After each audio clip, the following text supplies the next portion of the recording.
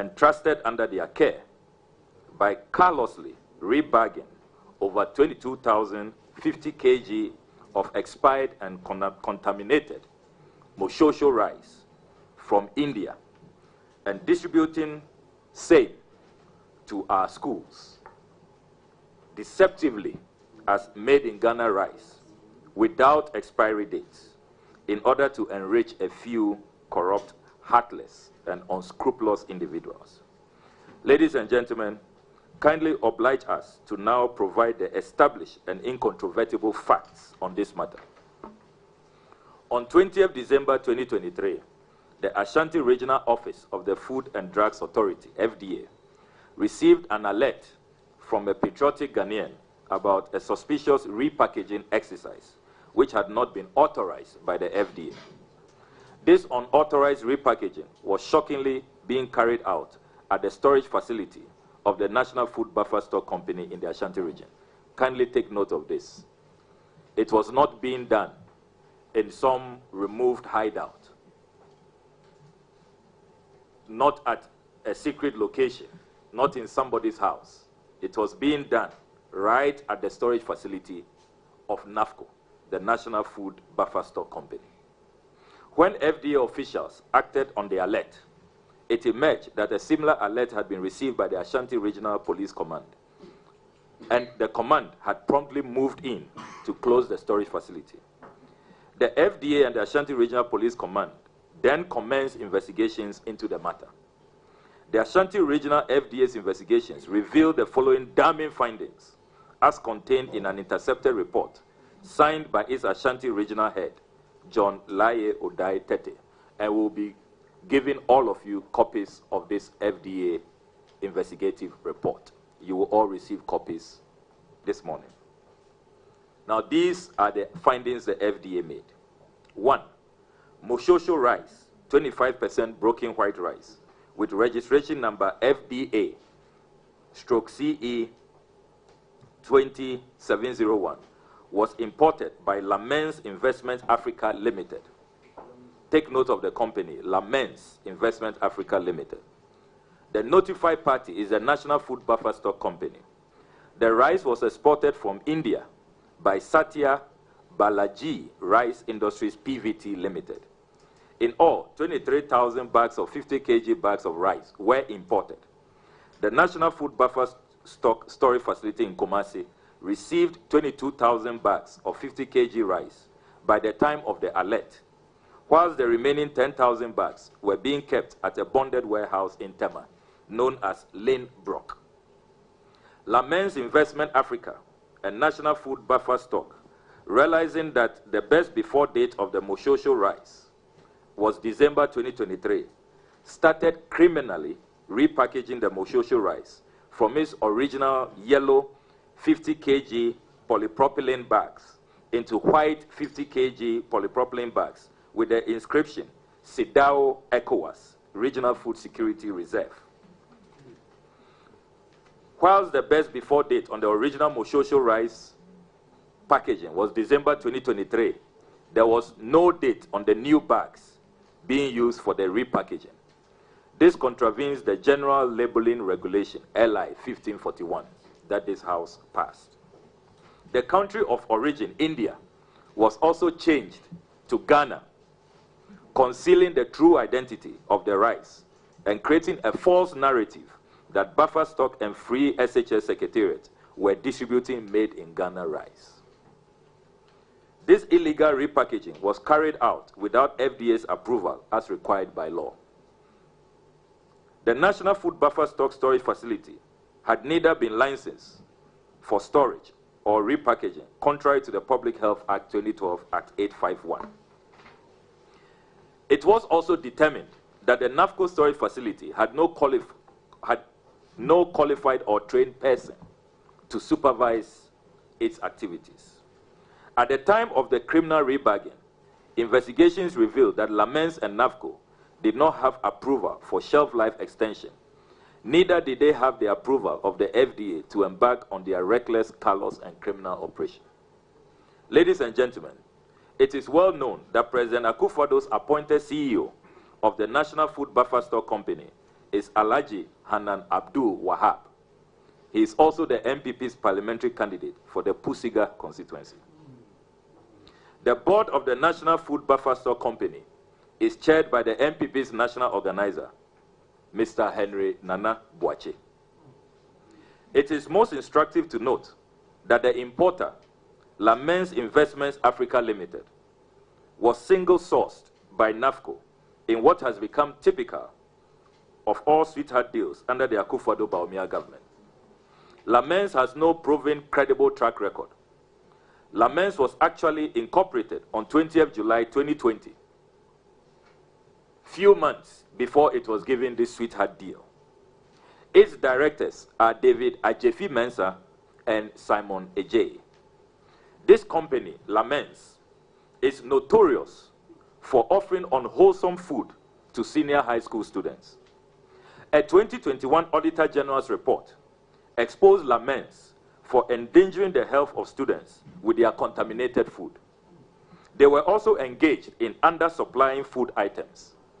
See pages 133 and 142 of the 2021 Auditor General's report, and we have brought a copy here for your own perusal. So Lamens, this is not the first time. They are notorious for contaminating food and serving that food, which is not wholesome, to our SHS students. Ladies and gentlemen, Lamens should therefore have been blacklisted as far back as 2021 if our institutions were working in the national interest. It is significant to point out that Lamens has admitted to its wrongdoing and agreed to pay an administrative fine of 100,000 Ghana cedis. Indeed, additional intercepted documents confirm that Lamens paid a 50% deposit of the fine to the Food and Drugs Authority, amounting to 50,000 Ghana cedis. It was received by the FDA on January 5, 2024. We will be making available to you evidence of the payment and the Lamens letter admitting to its wrongdoing. Ladies and gentlemen, FDA insiders say that the untouchable Lamens has since refused to pay the remaining fine. Can you believe that? After endangering the life of our students, all they have suffered is a slap on the wrist, 50,000 Ghana cedis, peanuts, and they are even refusing to pay the rest. Ladies and gentlemen, an intercepted internal memo from the Ashanti Regional FDA, dated 29 December 2023, a copy of which is available here for you, reveals that initially the FDA intended to fine Lamens 150,000 Ghana cedis, and then two, dispose the 15,000 bags which had been repackaged at the time of the alert, and then three, issue an immediate disease order to stop further repackaging. However, intense political pressure thwarted the FDA's original plans, and we have incontrovertible evidence to that effect.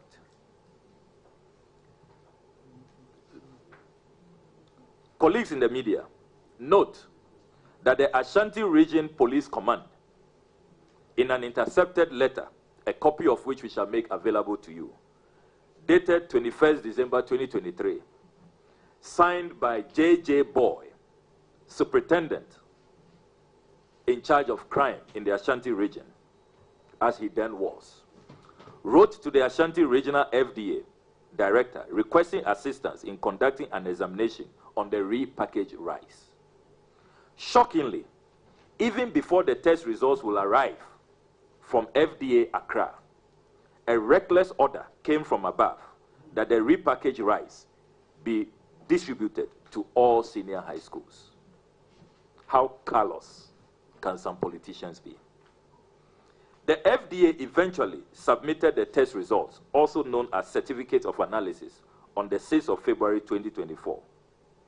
The intercepted copies of these FDA examination results are here and will be made available to you all, so that you know that everything we are speaking about today is not conjecture.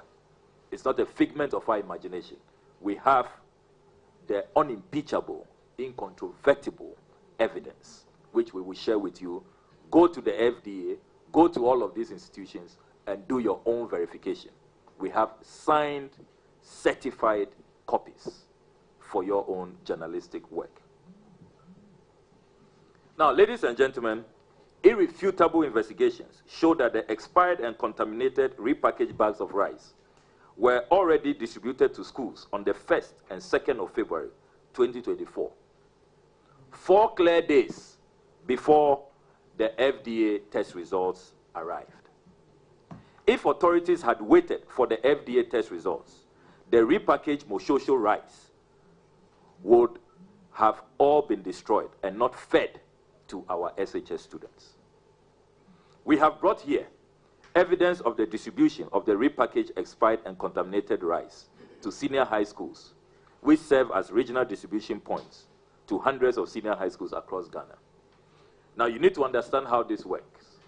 So you see in the documents we will give to you that PRESEC signed for this contaminated, repackaged rice without expiry date. My own alma mater.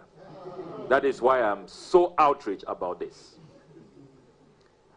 Now, PRESEC is the regional distribution point. So when PRESEC receives, all the over 30 senior high schools and TVET institutions in Accra go for their supplies from PRESEC. So you may see here PRESEC receiving lots of bags, but it's not going to PRESEC alone. Achimota has consumed. Tema has consumed. Tema Secondary School has consumed. Laboni Senior High has consumed. Accra Girls Senior High School has consumed. St. Mary's Senior High School has consumed. Chemu has consumed. Odogono has consumed. You can list all of them. Our checks indicate that they all promptly went for their supplies from PRESEC. They didn't want PRESEC to keep all. Accra Academy and all of them have consumed. The ones for Upper East, I see Simon here. He thinks his region is left out. It went to Bolga Senior High, and the others picked it up. Ashanti region, you see from the documents, it went to Konongo, Edumasi, and the rest picked it up. So if you think that your ward is in Prempe and Opokuwari and they are exempted, please think again. So you see all of them, including St. Monica's. We have all, you see the heads signing and receiving their consignments. It's all here. And indeed, we have followed up to speak to them, and they have confirmed that on the 1st and the 2nd of February, they received this rice, which they thought was ECOWAS benevolence, made in Ghana. They didn't know that ECOWAS knew nothing about the rice they were receiving. And one wonders why these criminals would do that to the regional body, ECOWAS, and most importantly, would jeopardize the health of our students in this manner. Ladies and gentlemen, further checks confirm that these schools received the repackaged rice. We did not have a best before date. Headmasters have complained about receiving rice without expiry dates. And they tell us that when they raised concerns, they were threatened. And so regrettably, they had to keep mute and just accept the rice like that. Ladies and gentlemen, tragically, the FDA certificate of analysis on the repackaged rice samples shows significant presence of insects and a high fat acidity. We would have wished that despite all of the criminality, the rice was wholesome. Because it's not always that rice or food after the best before date, maybe sometimes you may be lucky.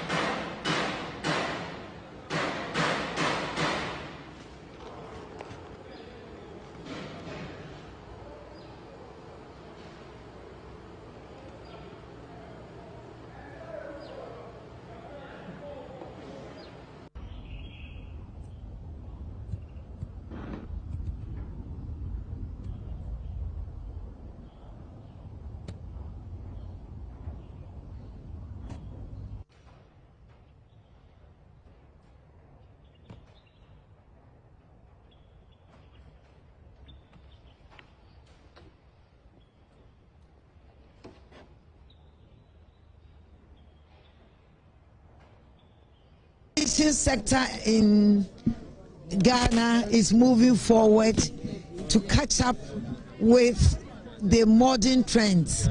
We are not late. What we are doing is helping our students to have critical minds. So they create. They are not just imbibing knowledge, but they are actually creating knowledge. And I think we need.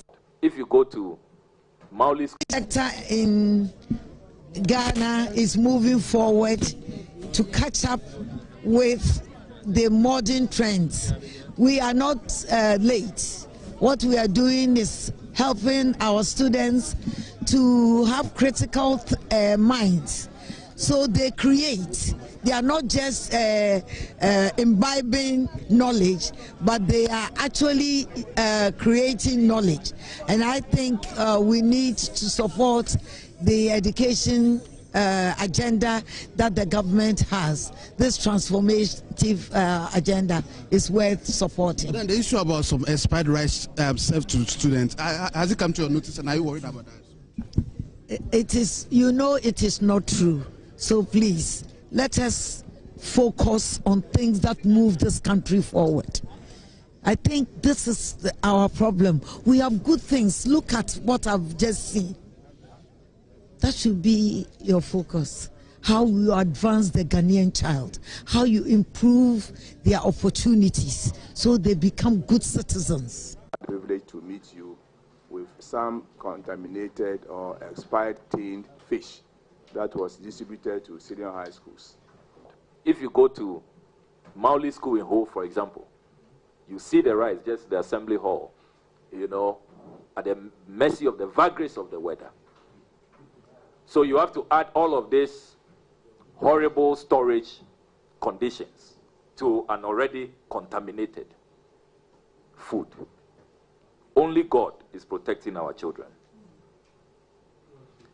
Now, ladies and gentlemen, it is totally unacceptable that the politicians and their business partners who conspired to put the health of our SHS students at great risk have not been made to answer for their crimes.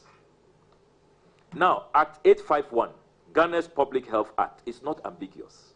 Look at Section 1031 of the Act. It states, and I quote, "A person who manufactures, labels, packages, sells, or advertises a food in a manner that is false, misleading, deceptive, or misbranded as regards its character, nature, value, additive, substance, quality, quantity, composition, merit, or safety, commits an offense."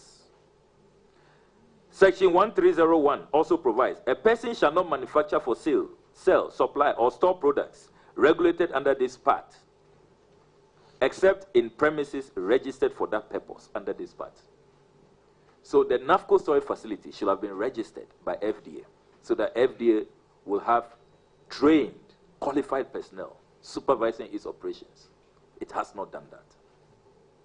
Now, LI 1541 also provides, Part 1, "No person shall offer for sale, sell, distribute, import, or otherwise dispose of repackaged food or drug unless the food or drug is marked or labeled with A, the name of the food or drug, a list of ingredients in the food or in respect of drugs, active ingredients showing the amount of each present in the drug, an indication of the minimum durability in the form of date of manufacture and expiry date, or best before date, or use by date in respect of food, or the date of manufacture and expiry date in respect of drugs." So LI 1541 is very clear. Under no condition do you package food in Ghana without an expiry date, a best by date, or a best before date. And yet, these criminals, these Carlos hoodlums, have distributed over 22,000 bags of contaminated rice to our schools.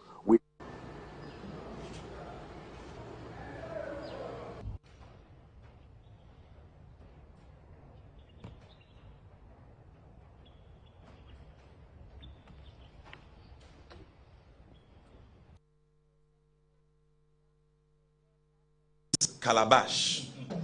If he says that he will chew a crab, you don't have to argue with him, because there isn't much of a difference between a crab and a calabash.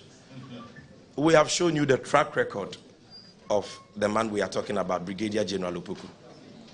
You all saw what happened at Ayawaso West Wuogon. It was the first time in the history of Ghana that we saw so-called national security operatives wearing masks, armed to the teeth with sophisticated weapons, brazenly and openly assaulting innocent, unarmed civilians, maiming people. You saw that. Today there are some people who can't walk. They have suffered lifetime deformities because of the brutalities meted to them by those MPP hoodlums. And you heard the confession of the man. He said he takes responsibility. The Elmi-Short Commission found him liable for those atrocities and recommended that he should be reprimanded. Are you not worried that the president did not implement that recommendation? And instead of, in what country can a man like this man receive a promotion from colonel to brigadier general? In what country can a man like this man be rewarded after maiming people, brutalizing people, be rewarded with the position of general officer commanding of the Central Command? In what country? His mere appointment is a scandal, because this is a man who should be facing sanctions and not be enjoying promotion. And as for evidence, these matters are based on credible intelligence we have picked. We know what we are talking about. Unfortunately, the MPP is in office, so they will not allow for a search to be conducted in the presence of the media at his residence. But the media, you have reporters in Kumasi. If he has nothing to hide, he should open his doors today for you to go around his house and check, if he has nothing to hide. But they are in power. The man has been rewarded. There are soldiers guarding his house 24/7, holding arms. So you don't expect that they are going to open their doors and say, come and take pictures. No, they won't do that. But we know what we are talking about. Our intelligence is rock solid, and his track record bears our assertions out. It's as simple as that. And if you doubt us, then the question is, of all the people in the military, how come that it is only this man who was found worthy of the position of General Commanding Officer for Central Command? And how come that this appointment was given to him in 2024? Why not Northern Command? Why Central? Why Ashanti region? You think it's a mere coincidence? Well, we don't think so. So Ghanaians are discerning. They can put 1 + 1 together. They can make their own judgment. But as for us, we will continue to monitor them very, very keenly, because we know and believe that the intelligence we have is rock solid. Yes. Right, my name is Ube. My name is Ube. I report for G1 TV and Star FM. So beyond this, let me say this finally. You all, as media men, have a role to play in this year's election. You are the fourth estate of the realm, and you should be interested in the peace and stability of Ghana, and in the sanctity, the credibility of the electoral process. You've seen this man. Once upon a time, 2019, Colonel Michael Opoku, today Brigadier General Michael Opoku. So you have a conscience, and you have your own ethics of your profession. Ask yourself whether this man is fit to be the General Officer Commanding of the Central Command of the Ghana Armed Forces. Ask yourself if he is even fit to wear the uniform he's wearing today, given the atrocities he supervised against innocent civilians at Ayawaso West Wuogon and the recommendations of the Short Commission on Sin. I believe that every reasonable man will agree with us that this man is a threat to the peace and stability of Ghana and a threat to peaceful elections in Ghana. And he must be held accountable for the atrocities he has already committed at Ayawaso West Wuogon and not rewarded with such a critical position. And so for us as a political party interested in having a credible election, a peaceful election, and like I said, our commitment to Ghana having a peaceful election is unconditional. And that is why we are saying this guy should be nowhere near the security architecture for this country, because he represents a very dangerous threat to peaceful elections and the stability of Ghana. And so it now behoves on you to inform your audience out there and the people of this country by extension, and to ask the right questions for the right people, specifically President Nana Addo Dankwa Akufo-Addo, who is his appointor and Commander-in-Chief of the Ghana Armed Forces, to provide us with the necessary answers. Now, Abusiafo, and Central, I think you got your answer. We are excited that the member of... Well, it's a simple answer. He has solutions to our problems. Dr. Bawumia is a very intelligent man. He's an honest man. He works very hard and he applies himself. And this is a man bursting with ideas, and he has, he doesn't do the same thing and expect different results. Bawumia is always thinking outside the box. And I think for us as young people, that is the kind of leadership we need. We need somebody who will leapfrog Ghana's development. We need somebody who can look beyond where we are at and to say, look, we can do better and we can do it in a faster way to get to where we're going. And if you see with his digitalization drive, we're now in a position where the economy is expanding beyond where we would have, but for some of these digital platforms that have been put in place, we're creating efficiency, we're eliminating corruption. So we have a long way to go as a country, but we need the right kind of leader to help us to get there quickly, and I think Bawumia is the man. Well, it's a simple answer. He has solutions to our problems. Dr. Bawumia is a very intelligent man. He's an honest man. He works very hard and he applies himself. And this is a man bursting with ideas, and he has, he doesn't do the same thing and expect different results. Bawumia is always thinking outside the box. And I think for us as young people, that is the kind of leadership we need.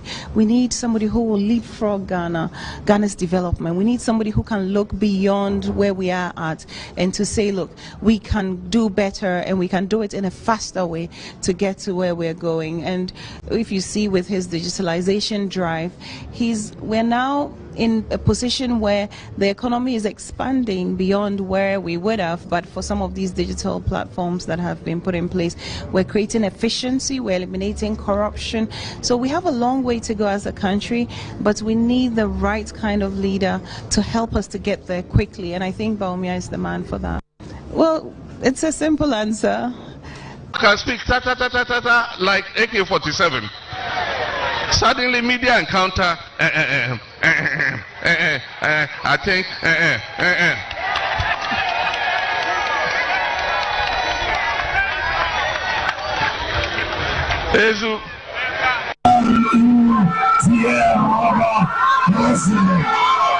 New ideas, new vision, new solutions.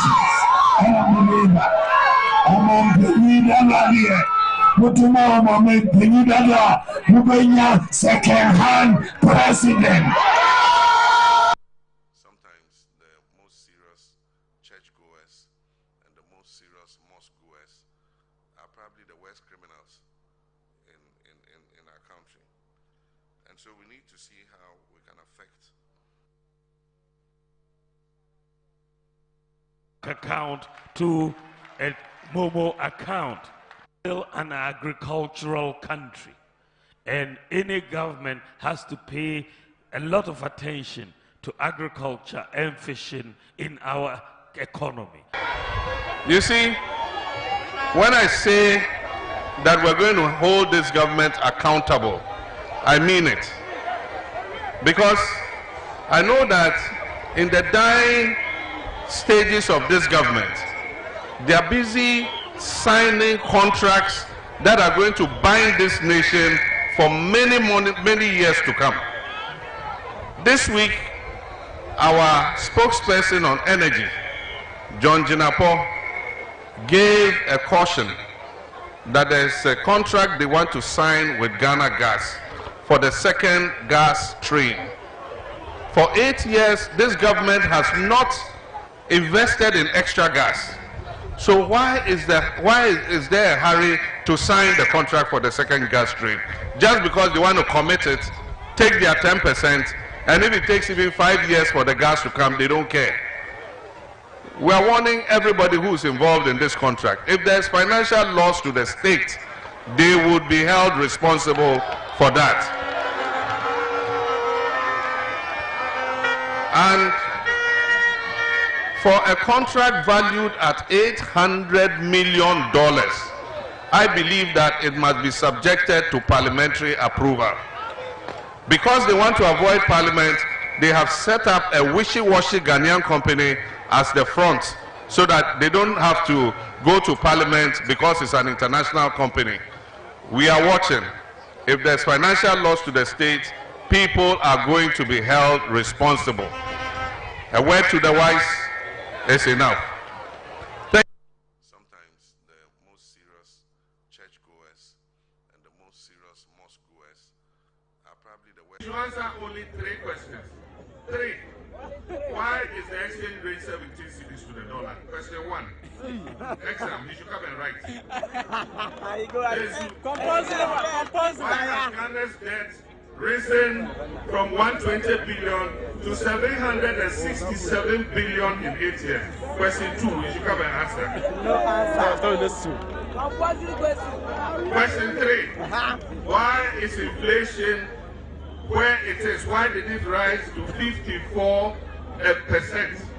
under your administration for 8 years? And then let me add 2 more.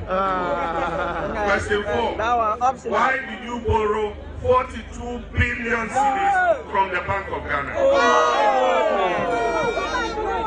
Why did you borrow 42 billion cedis from the Bank of Ghana?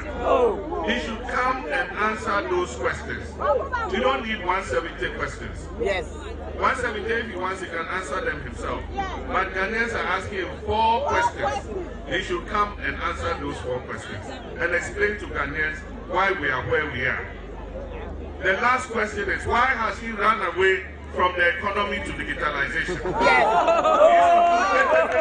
About economy. Today he can't mention economy. It's not in his vocabulary. Yes. Anytime he opens his mouth, digitalization. Come and talk about the economy. That's question 5. 5 questions. Tell him. You should come and answer them.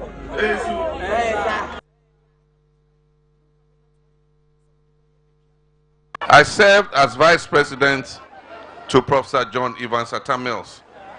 May God rest his soul. When Professor Mills died, I became president and I had to run for an election.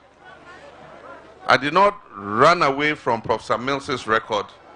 I accepted everything that Professor Mills did. And I said I was going to continue with the work Professor Mills was doing. Today we have a strange situation where our brother is running away from his president's record. If things have gone well under this president, he accepts them and claims them and says he initiated them. But the things that have gone bad, he says, oh, I don't know anything about them. That is not the way to take collective responsibility. Because if you're a part of government, you are part of the decision making, especially if you are the number 2 in government, because you sit in cabinet. If the president is not in the country, you act as president. So anything that happens in that government, you are a part of the decision making that made whatever happened happen. And so you cannot run away from your own record. You must accept that record and work to defend it. I am proud of our record with Professor Mills. We did a good job. And I came and took over from him and I continued and did a good job. 2.5 years actually. But I know that things are going to change. Things are going to change. They said they were going to break the 8. Unfortunately for them, The 8th is with me.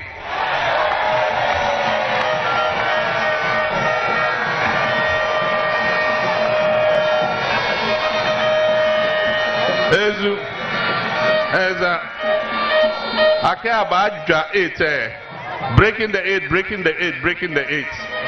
Nyumawoko, Neka 8, Ekeha John Dramani Mahama.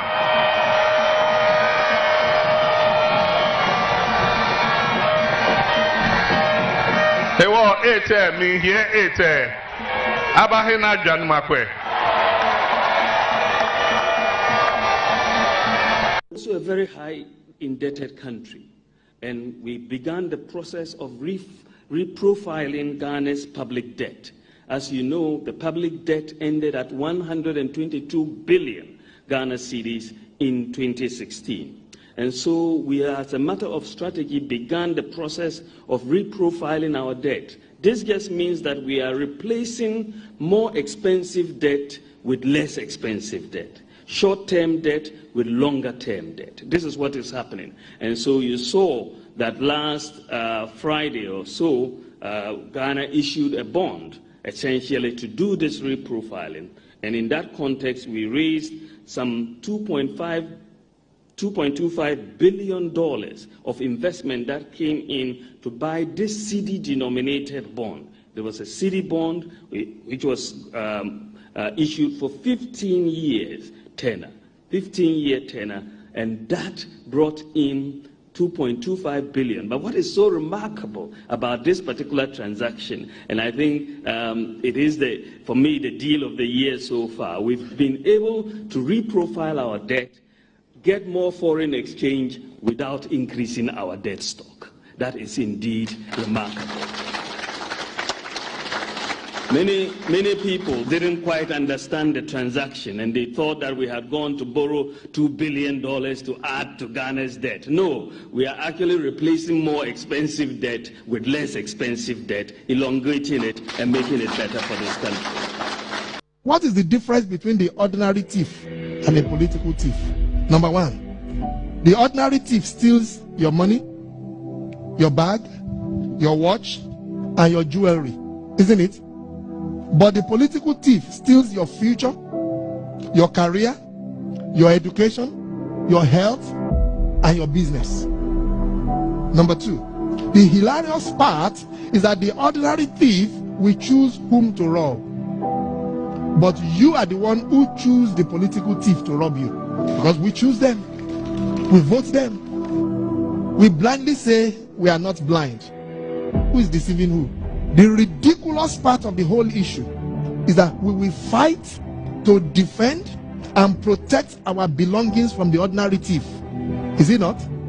But we fight each other to defend and protect the political thief. Is that not what we do? Thugs will be fighting themselves to protect those that are stealing our career, stealing our job, stealing our health, stealing our success. What a shame. If you reach a certain stage in life and there is nobody who can look you in the eye and tell you the truth, you are doomed. And that is where our country has gotten to.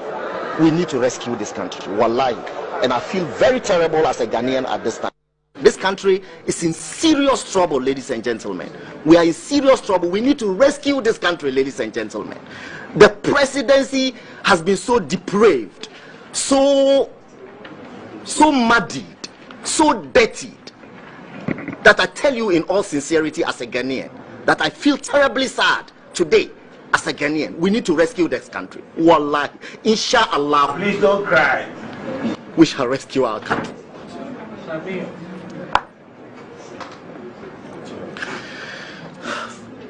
Government is broke, government is broke.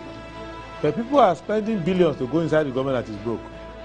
Have you ever seen a minister who resigned because government is broke before? Government has no money. Have you ever seen a governor who said, ladies and gentlemen, when I was elected, I thought the government had money. Now I discover government has no money, I resign. Have you ever seen it? Government has no money, but they are bringing money out at election time. Where is that money coming from? So they are lying. What is happening is that there are two types of wicked people in government. Type 1, they eat current money. Any money they find in government, they will eat it. They are wicked about that one. There is type 2. Type 2, they eat current money and future money. They will say, my term will end next year. When I leave, how will I eat money? Let me borrow money now and borrow money of the future and eat it now.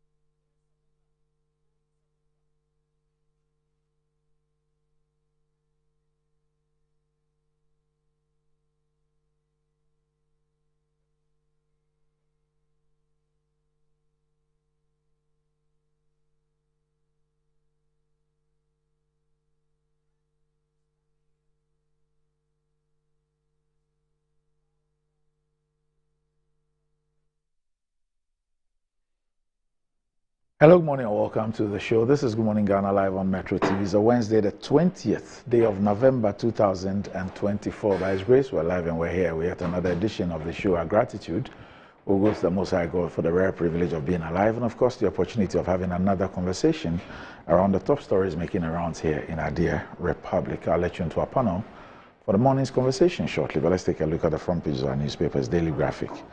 Flower Pot flyover opens. WAEC appeals for release of funds to facilitate WASI results. International Tribunal dismisses GCNet's 4 billion cedis arbitration against Ghana. The Ghanaian Times, GCNet 4 billion case against Ghana dismissed. Defendant awarded $2.2 million costs. NDC accuses MPP of plan to rig December 7 polls. President inaugurates power project and flower pot interchange. Inspects progress of work at cylinder manufacturing company in Accra. No cause for alarm. IGP allays fears ahead of elections. Daily Guide.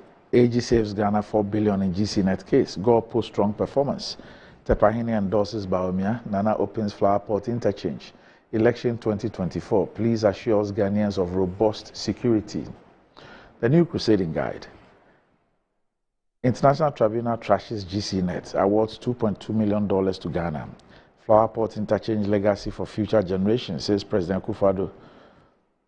Agona West parliamentary seat. Research tips NPP's Chris Arthur to win. IGP Dampare assures robust security for December elections. Intim Fojua rewards best teacher with car. Attractive prizes for others in Asin South. UPSA names hostel after NPP running mate for outstanding contributions to education. Judgment nears for Aisha Wang's accomplices. Parties to file closing addresses by 12 December. The Insight. Unmasked. NDC blows cover of Brigadier General Michael Opoku as the alleged mastermind of election rigging by NPP. Ignore NPP NDC propaganda and vote for me, Alan tells Kumasi residents. Niger hosts historic conference on the fight against neo-colonialism in the Sahel. You are exposed. Arise for change to NPP's Baumia insists digitalization can't cover up for exchange rate mess, rise in fuel prices, and inflation. Election 2024. Dr. Wemako urges EC to be accountable to Ghanaians as he calls for active participation of CSOs in electoral process. The Informer. Ghanaians can rest assured. IGP Dampare declares, unveils comprehensive security plan for elections 2024. Ashanti Hills Baumia believes his leadership will bring progress. Alan weeps over Kufuor's support for Baumia. COP29, Zoom Lion speaks for vulnerable and unskilled in waste management. GCNet loses case against Ghana, ordered to pay 2 billion cedis legal fees. The Herald. Springfield and Kevin Otri's 1.5 billion barrel oil well empty. Ghana risks judgment debt over Bogoso Prestia mines as lands minister's controversial letter surface. BBC names Dr. Baumia Mr. Digital. NDC calls out IGP and CDS over election-related debts. Highlights of NDC and MPP manifestos on education. The Daily Searchlight. Baumia should tackle Boku conflict. Matiamidu writes as he takes on MPP leader over human security. Wisconsin International University celebrates 17th congregation with new programs in nursing and midwifery. Jospon rice to hit markets soon to cut rice imports. IGP Dampare assures Ghanaians of robust security plan for 2024 elections. Akomoman is mourning. The Accra Times. Brigadier General Opoku stripped naked. Forgive our man. NDC apologizes to former President Kufuor. Nana Kwame Bediako meets Otumfo after resolving rift with Domahini. Ablakwa whips for students as NPP government kills in quote SHS students, slams FDA Education Ministry for collusion. Akando accuses EC and Bosman as he recruits NPP members as polling officers. Cheddar woos voters, promises transformational projects to spur economic growth. Nodai MP supports BEC students to access SHS education. Daily Post.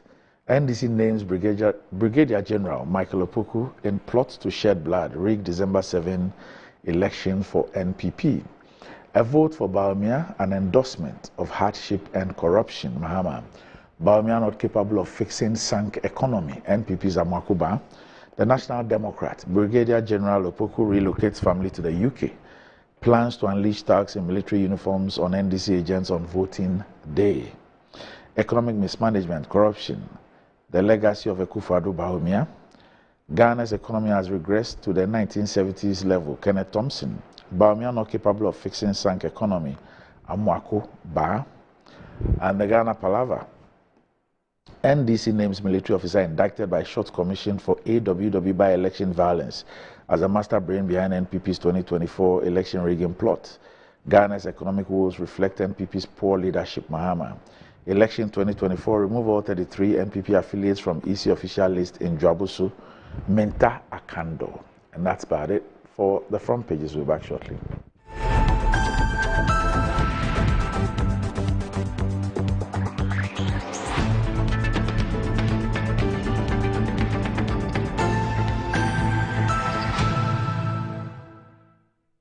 Hey guys, so I got this app. It's called Ayoba. It's a chat app that helps me with beauty tips and cooking tips. A super app that feeds me music and the latest sports content. I even use it for my studies. And the good news is I don't need to use my data bundle because I'm on MTN. Chale, the app just did be. Ayoba, the all-in-one app that lets you chat, call, read, play, pay, and listen. Use Ayoba at no data cost on MTN. Download Ayoba now. Over 5 million children have benefited from free SHS. Protect free SHS. Vote Dr. Bawumia #1 on the ballot.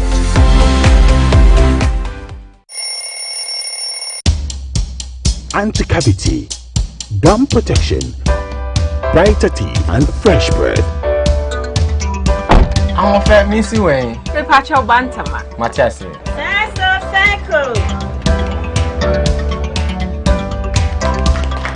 It's her smile. The fresh breath. Me, Judy said we use Cal 360 toothpaste. Some kind. Cal 360 toothpaste. That's Kia. Cal 360 toothpaste. It's a gum protector. Onim Jom Kasan. Kile Hossein. Cal 360 did the way. It's cool mint. Gives me fresh breath and your confidence booster. And you will see so feeling to Cal 360 toothpaste. Happy smile. Cal 360 toothpaste, anti-cavity, gum protection, brighter teeth, and fresh breath. Cal, happy smile. This advert is FDA approved.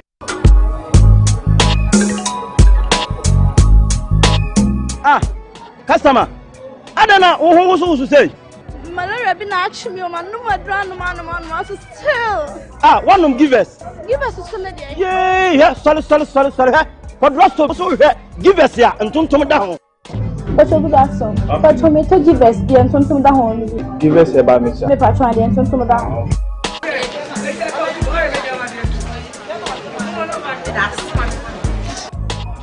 Hey!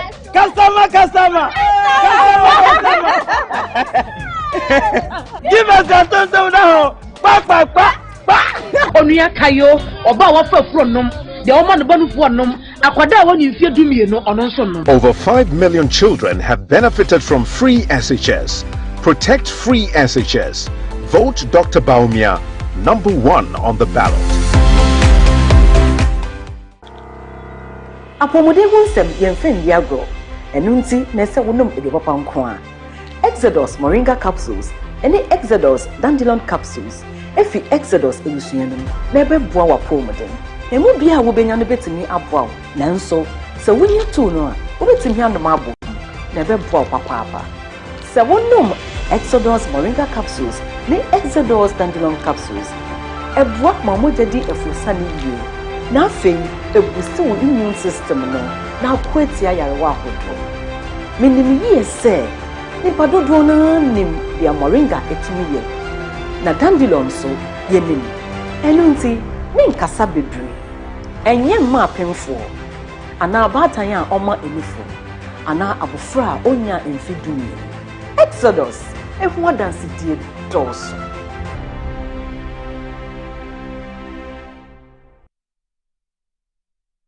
John mema wakwaba ya sewo Alaji mema wakwaba yeja John aha de bro wo na nam we de amagana nti na menamo we ntem breka kran mi jare ho to no nti na ma saba Alaji aha de bro yo me da se mo amonim tamana ama wa ahochire mo miana na meboaboa ne kakra na se de my crowd say me pese me be ware no na me ko siesie no na me ma ne san gina ne na aso biom no ye kra behwe yo abusuafo yesempa yo amagana wasumo mentumi ensan mechi sho bread baby a wode me femu amane hu debi mentumi biom forward ever backwards never John wo okwan a wode me bai fa so ahokyere ekom dum so hwa me nana no ya free SHS ya ba ya kom anya school anko ene hwe ya o ma ye fe ase o ma se sambe sha obo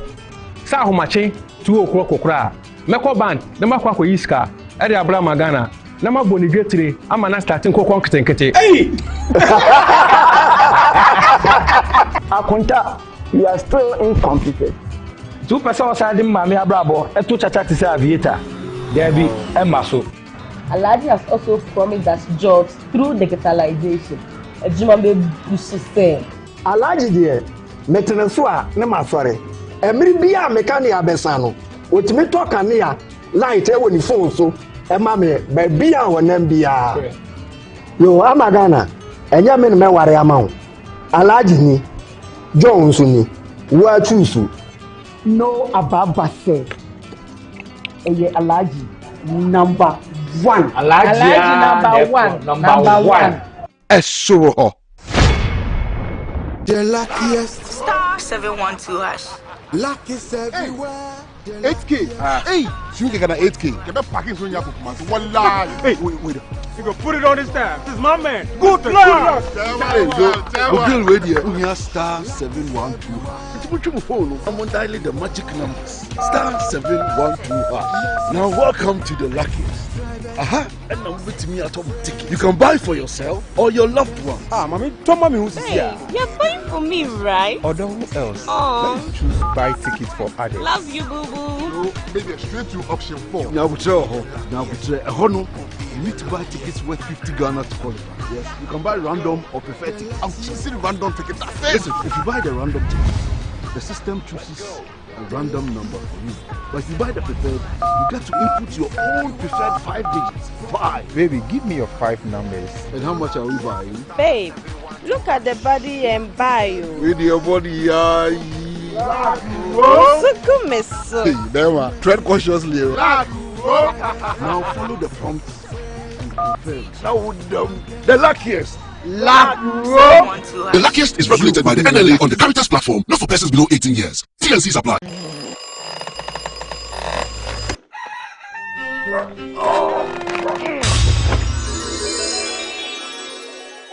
Who are you? Who are you? Charlie, I'll be you from the future. Who doesn't sleep on that slice of bread you call mattress anymore? Don some slippers, then follow me. It is part of the mattress we did the front there. Yeah? Happiness mattress where the dead for me. Wait, what are you doing?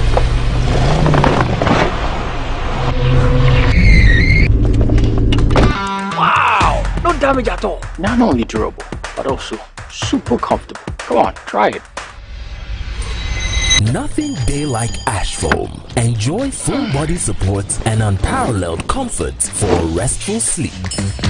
Don't forget your keys. Get the premium sleep experience with mattresses from Ash Foam. Visit any of our showrooms nationwide or at ashfoam.com. Here's Kwame and Yao. After hours of planning, both have locked in the same perfect multi-bet. Big win for United, over 1.5. And both teams to score in the London Derby. But who could have picked Leicester over City? Or a high-scoring game at the Bridge? There's nothing worse than having your perfect multi-bet missing. But there's nothing better than having it saved.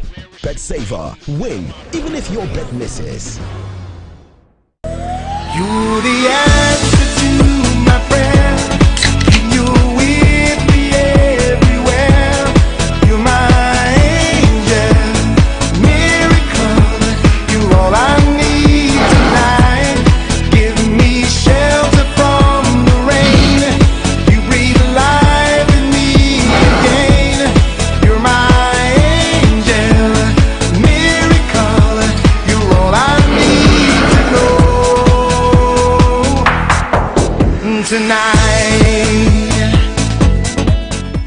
Dr. Baumia once said, every constituency will get $1 million every year for rural and deprived communities. Under this program, there should be no village or community in Ghana after the first 2 years that would have a water problem or a toilet problem. Next joke, please. Vote John Dramani Mahama for president. Trustworthy, honest, and reliable. Vote for change. Choose the umbrella. Vote John Dramani Mahama and the NDC. Here's Kwame and Yao. After hours of planning, both have locked in the same perfect multi-bet. Big win for United, over 1.5. And both teams to score in the London Derby. But who could have picked Leicester over City? Or a high-scoring game at the Bridge? There's nothing worse than having your perfect multi-bet missing. But there's nothing better than having it saved. Bet Saver. Win, even if your bet misses.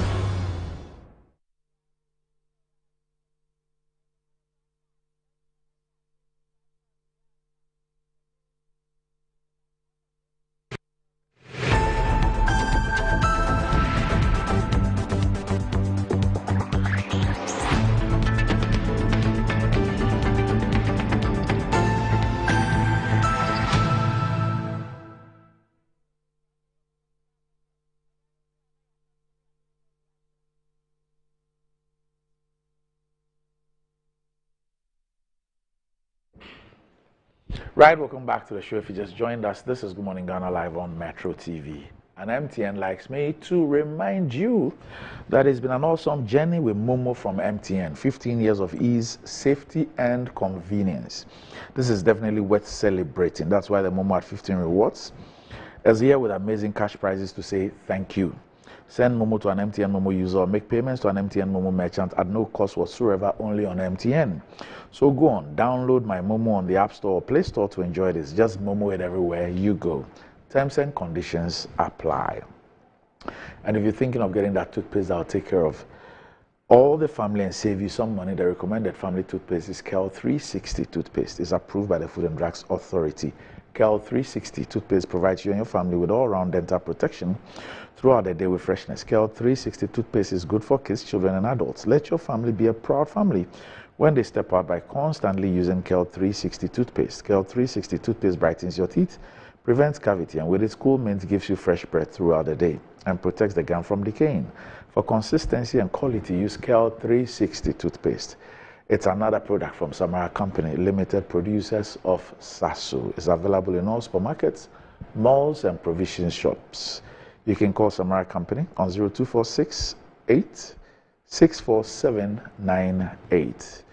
Kel 360 toothpaste, happy smile. Right. With me on the show this morning is a long time no see. The friends who abandon you. Okay. And the younger brothers who abandon you. When the going is good for them. Don't mind my last comments. I was just joking. Okay. So with me on the show this morning, I haven't seen him in a long while. As Dr. Richard Asante Yeboah, former deputy Director of Communications of the MPP. He's currently the Executive Secretary of the Public Housing Loans Scheme. Doc, good morning. Morning, Dr. Randy. Where have you been? Oh, we are in the system, working and also I know you're in the system. Sir, I've not seen your obituary, God forbid. So I know you're in the system. Campaigning and making sure that, we secure the needed 50 plus 1 on the 7th of December. Okay. And beyond that, so we are mobilizing and organizing the institution that the president trusted me with 2 years ago. So I've been busy around that and including my private businesses, working around trying to make sure that... You're still doing business? Oh,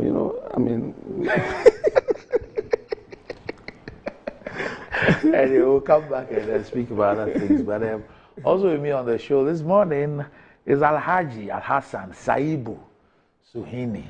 And he is the ranking member on the Lands and Natural Resource Committee of Parliament, and is also the member of Parliament for the Tamale North constituency. And I saw his campaign launch. Hey. People. Anyway, Alhaji. We'll leave it at Good that. morning. Good morning, boss. Thank you so much. Why did you want to create fear and panic with your mobilization? In fact, I created it for myself. Because to be very honest, even though I expected a mammoth turnout, I was shocked at the numbers. I was pleasantly shocked. It only goes to testify about the commitment of the people, not only in Tamale North, but across the country, to redeem and reset this country. The kind of governance we have had in the last 8 years have been so abysmal that people just can't wait to associate with the team that is ready to reset this country. And I think that is what motivated a lot of them to come out. We've also been doing our very best in the constituency, and it was quite encouraging to have those numbers come out. And after the campaign launch also, when His Excellency, the incoming President, John Dramani Mahama, visited the Northern region a couple of weeks ago to tour some of the constituencies, he came to my constituency again. And this time around, we did a deba of chiefs and people.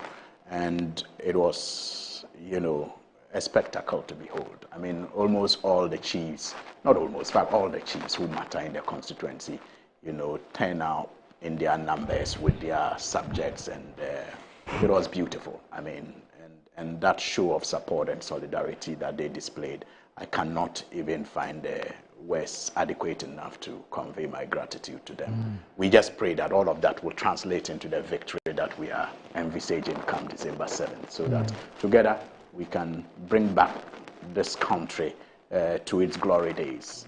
Many things. Sometimes you just raise your head and you wonder what hasn't been messed up yet in this country. Almost everything has just been messed up. And unfortunately, you cannot trust, the future of this country into the hands of those who have superintended this mess. Okay. All right. So, Richard. Politics. It's not politics. Sometimes, you see...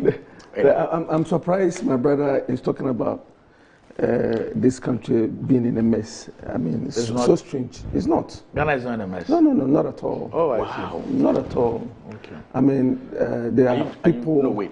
Are you joking? I'm very serious. I'm extremely serious. I find it very fascinating to see and also hear my brother talk about the fact that a country, and he's been cynical about it, and for the cynics, they will always be with us, no matter what you do. If people think that until they find themselves in power, they see nothing really good with the incumbent government, those kind of moments will have it. And that's the kind of politicking we've been doing over the years, that we make it look like until we are holding the governance architecture, whoever is in charge of the administration is not doing enough. I'm telling you, we are looking at a government that has been able to put close to 4 million Ghanaians in school, and these people are not paying school fees.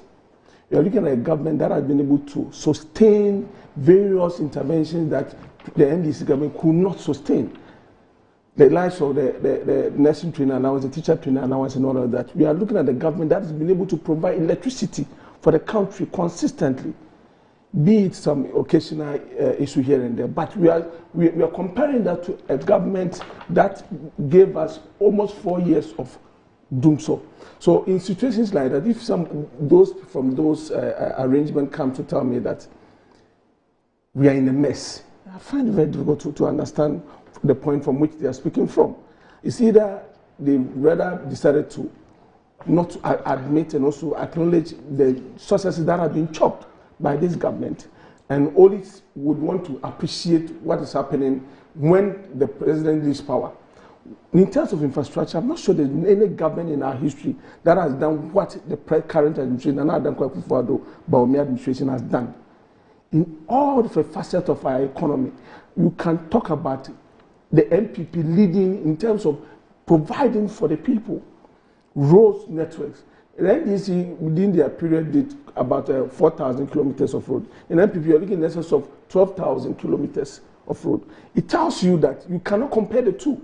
School infrastructure, massive health infrastructure across the country. This is the government that has really committed to providing the needed health infrastructure that would drive this country health needs. So when you sit here and talk about the fact that everything is in a mess, I'm wondering what exactly is in the mess. I will not sit here and pretend that we've had everything rosy as a country. But in terms of what this government has done and this administration has done compared to what the NDC did during their 8 years in power, we cannot compare it to the MPP. And that ought to be said. You know, Randy, Yes, because of the examples he has given, and because he says that he's not joking, it's important not to, back what I said with some level of evidence that this country is in a mess. And I'm going to use the examples he just gave. Look, you're talking about putting 4 million children in school. First of all, Randy, we all know that the numbers keep changing depending on who you are listening to. Whether the Minister of Education, whether the President, former Minister of Education, the numbers keep changing. We do not have a consistent number. Again, the civil society organizations have told us that this increments in enrollment, if you measure it and do a trend analysis, even before free SHS was introduced, there hasn't been any significant impact in terms of enrollment. If you do a trend analysis before free SHS was, introduced, the yearly increment in enrollment has been established. Now, the mess, however, in even that example, is that apart from students, calendar being messed up and teachers not knowing what to even teach, whether they are doing old syllabus or they are doing new syllabus, and not having textbooks to teach them, you are feeding the children again with poison food.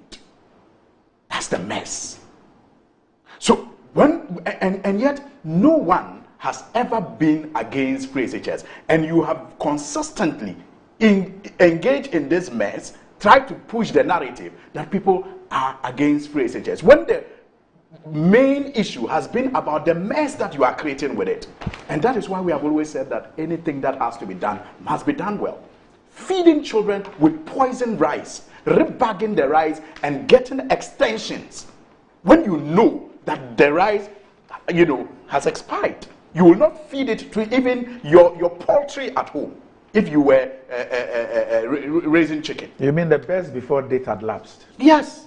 Best before date had elapsed, and they had the criminal part of it is that they rebag it in warehouses and change the origin and conceal, the best before dates. I mean, that is a criminal intention. It is not as if you did it unknowingly.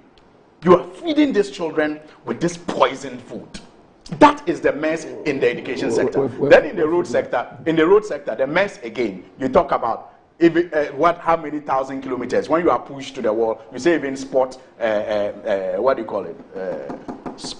fixing of potholes.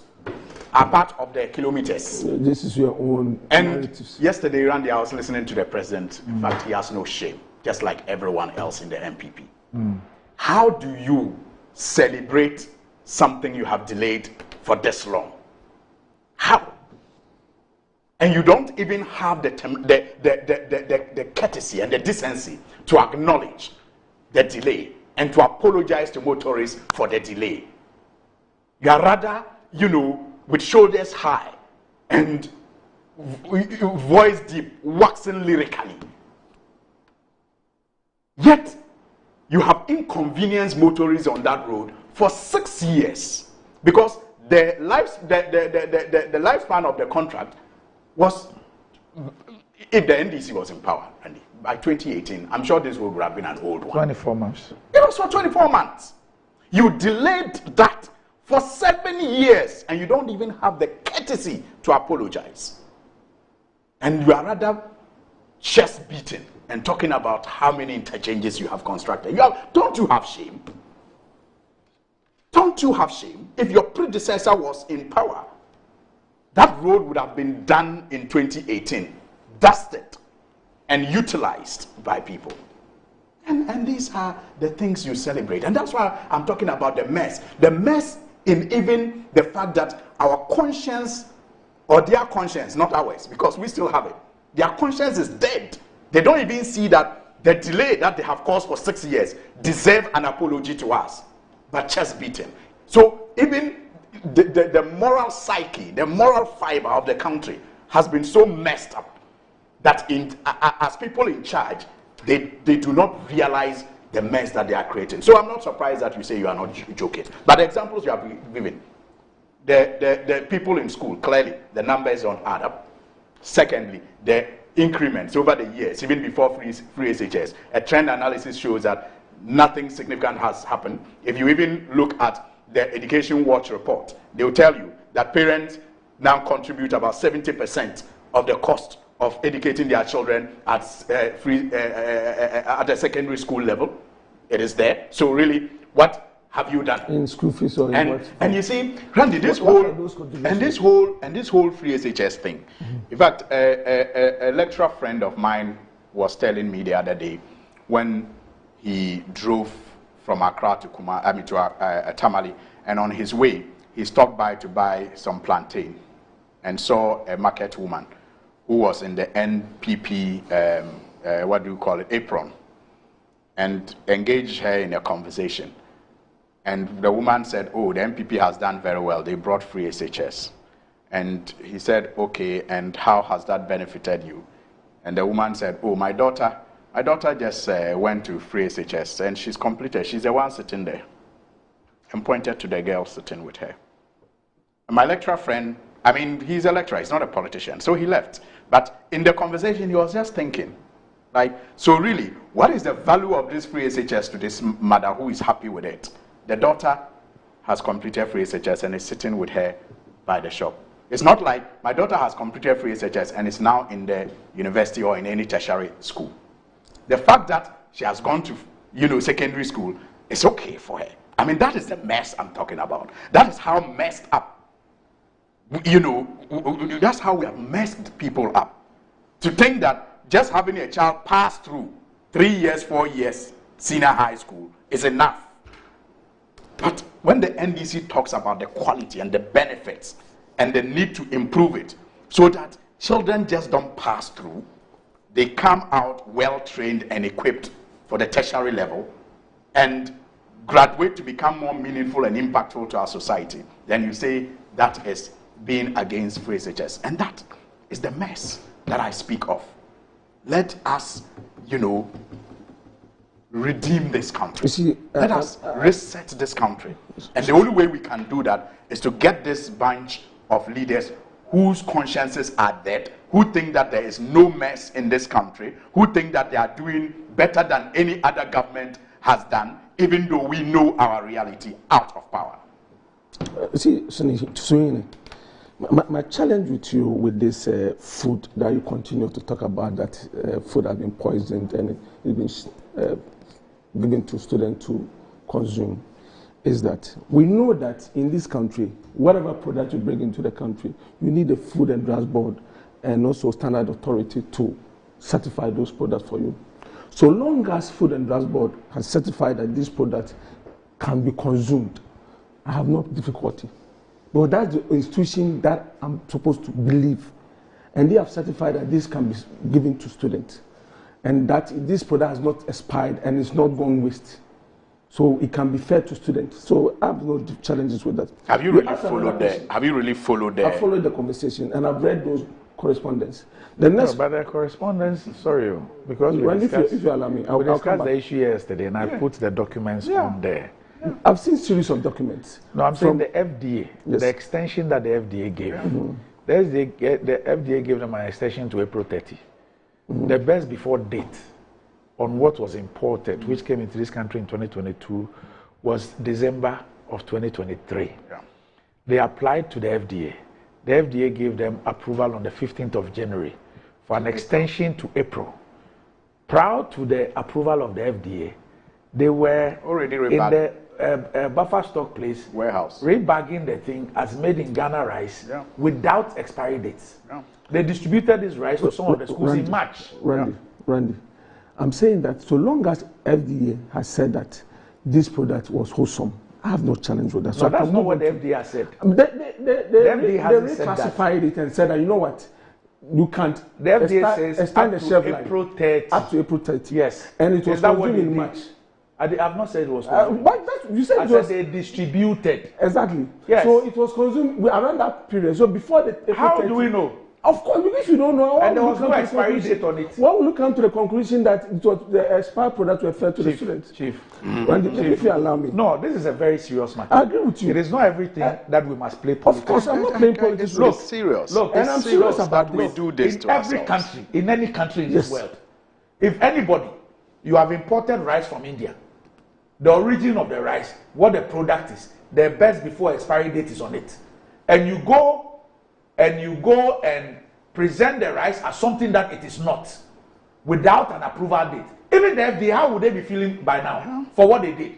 And you go and distribute this to schools without them knowing all these things, and they even not knowing that the FDA, this is in fact a rice from India that the FDA has given you extension to April 30, and the rice is sent to them as rice made in Ghana without an expiry date.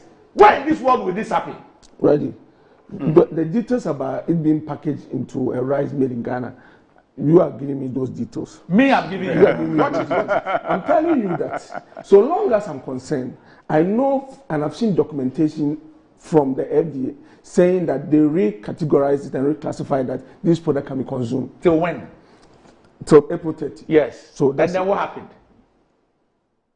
You are saying so you can give me those better, further and better. But that's what I'm giving you. And I'm telling you that based on those I'm showing you, I'm please convinced. put the picture of the but Randy, if you allow me to proceed, I'll be happy. There's another point that you made, that who is against free education? And there's nobody is against free education. And I'm surprised that we had former President Mahama talk about the fact that if he has 2 billion, will he spend that 2 billion on free education? It means that the man does not believe in the fact that children should go to school for free and those school fees should be paid for by government. So he will not invest that money in it. So he tells you that he's against it. There have been copious evidence available to all of us, including advertisements to the fact that the NDC is against the free education policy. And given the opportunity, they will cancel this. And it's obvious. We all know that. You criticizing everything that has been done by. This is what I told you. This is what is this. This is it. Really, I have no way of knowing that this is what happened at the warehouse. I'm just seeing. This is what was sent to the. This is what was sent to the schools. The one that has the. I'm just seeing something on the screen. I'm not sure. This is from confirm. the FDA. I can confirm. This is from FDA. But I cannot confirm. I'm just seeing something on the screen. Now he can't confirm, but I'm seeing something on the screen. trusted the FDA. How are you getting me? How can I confirm that? I'm seeing you showing me something on the screen. How can I confirm that? I will not be here confirming things that there are some things that we shouldn't. No. But let me come on. There are some things we should be, even for our own integrity. There are some things we shouldn't play politics with. Are you It's a done? no. Are you done? The company, Are you done? the company in question has paid a fine Yeah. for doing this. And it's part of the FDA documents. And you say that you have seen the document. the FDA's extension, but you have not seen this. Of course, I've seen the FDA extension. I've not seen this. What's the difficulty with that? Okay. What's the difficulty with that? I've seen the FDA's extension. Selective blindness. So I've not seen this product that you are advertising on your screens, and that's an issue. I've not seen it. Now the question is that you talk about the fact that MPP and this administration have messed the country up, and you raise issues that cannot be backed by any evidence. You talk about the fact that somebody spoke to a mother who said that the daughter completed FSHS and she's sitting down there. Are you telling me that the mother also went ahead to confirm that the person was not going to continue education? Are you saying that the person said the person had no other future plans? I mean, you cannot make those analyses and cite those examples. What the woman is excited about was that hitherto, she would have paid for all the expenses covering the child's education. But this time around, the government is footing those bills. And those are the things that makes her excited. During President Mohammed's era and previous governments, before the introduction of free education, we were all paying school fees. People pay school fees. You talk about people are spending 70% more on the education of their wards now than previously. How possible?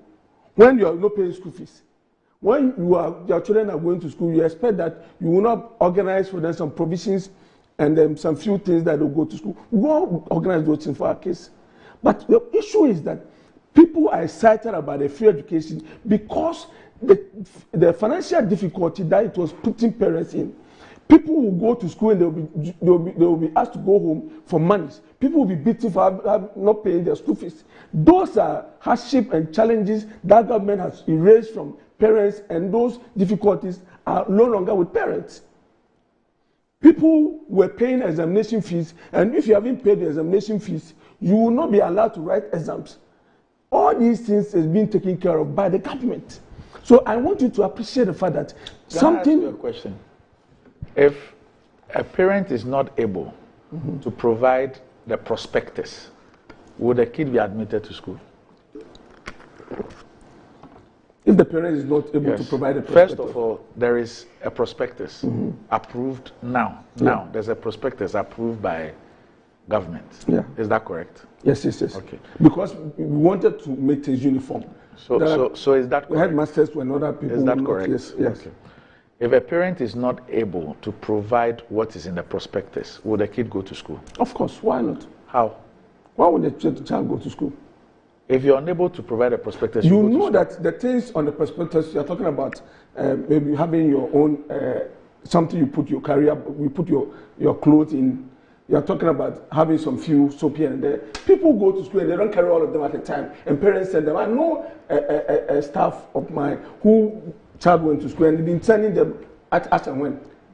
They did not demand everything from the child at the same time. So people are going to school without having everything together. So finance is no longer a barrier.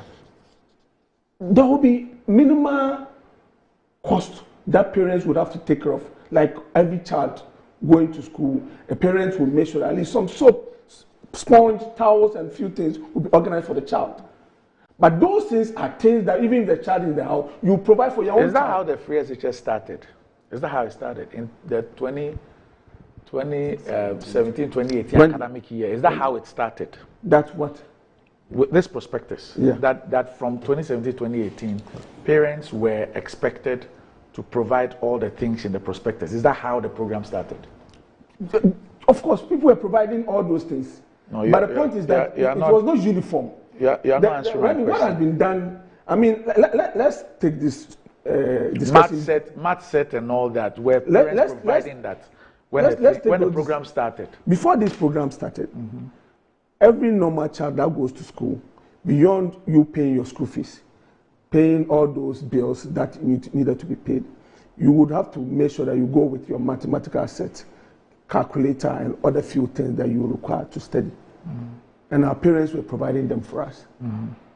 Now, what government has done is taking care of your school fees and other bills and examination fees and other things that you have to pay, including feeding fee. Government is taking care of that. That does not mean that you, as a parent, you will not provide minimal support to your child. Because if there hadn't been free education, you will provide all those things, inclusive of school fees and other things. So we should agree and admit that the school fees itself was meant, because indeed, if not for free education, parents will be paying close to 5,000 Ghana cedis a semester for their boys to go to school. But the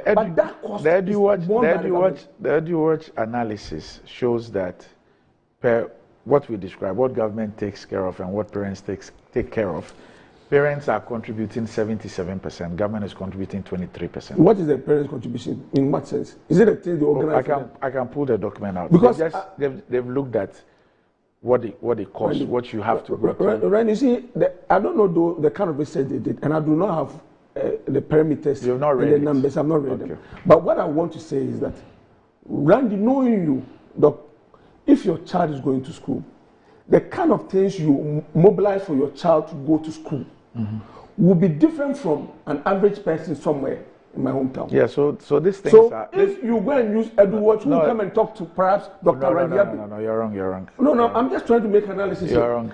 Talk to Dr. and who is capable and is able and is ready to provide all kinds. I know people who are ready to buy, what do you call it, or visiting days, go and buy Kimpiski and all kind of things to go and give to their children at schools. They're ready to go extra. Yeah. But the point is that when you do some of this analysis, you are trying to belittle the effort of the government. And you are trying to undermine what is being done.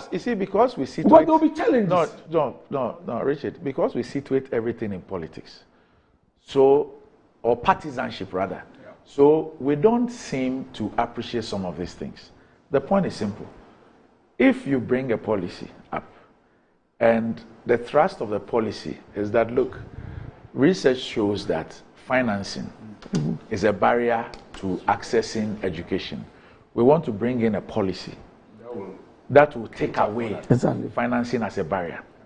At every point in time, you need to review to find out whether indeed policy is addressing the challenge. So, for example, when I see data that suggests that 194,000 people didn't pick up their places in the SHS, the first thing I ask myself is, have we bothered to find out why? What it means is that if you have like 194,000, it's telling you that there could be some issues. Are we dealing with it now? Two. If 77% of the cost today is being borne. What constitutes that 77%? I will try and pull out. That would make the discussion more richer. No, I'm just saying because we have done that here. No, I understand. Richard, we have done that here before. I have put Kofi Asare of EduWatch here. We have discussed it. Yes. I just cannot recollect every single. But it's available. I'm not doubting you. So but the point I'm just making is that to make the conversation the point I'm just making is that even that 77%, it could be a factor of the rise in and I agree that. So all I am saying, you don't get the point I'm making. All I'm saying is that any cost. All I am saying is that if we are bringing a policy to remove financing as a bottleneck to accessing, and the data is showing that it's becoming more and more expensive as far as parents are concerned, we ought to be interrogating it and be realizing that, look, maybe there are some other things that are now, you remember early days, headmasters and others were sanctioned. Yeah. We stopped PTA. We said no, nothing, they should not collect PTA dues. Because if somebody is unable to pay PTA and the person is denied access to education, what it means is that a government policy is being denied.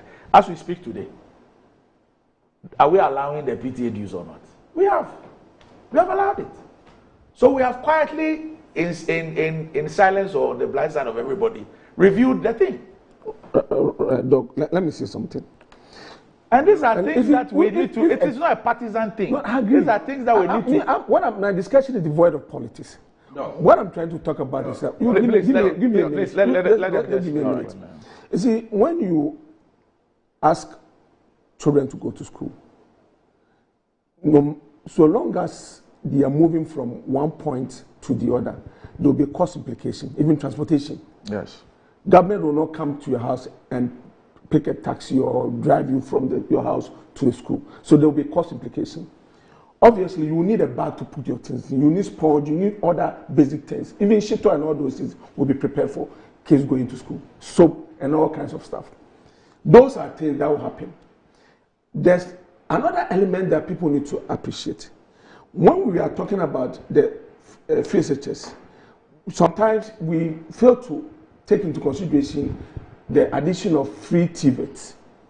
So when people see that these are the numbers going to free SHS, they do not also look at which numbers went into the free TVET and simulate the number to know those who completed, how many of them have been able to continue their education.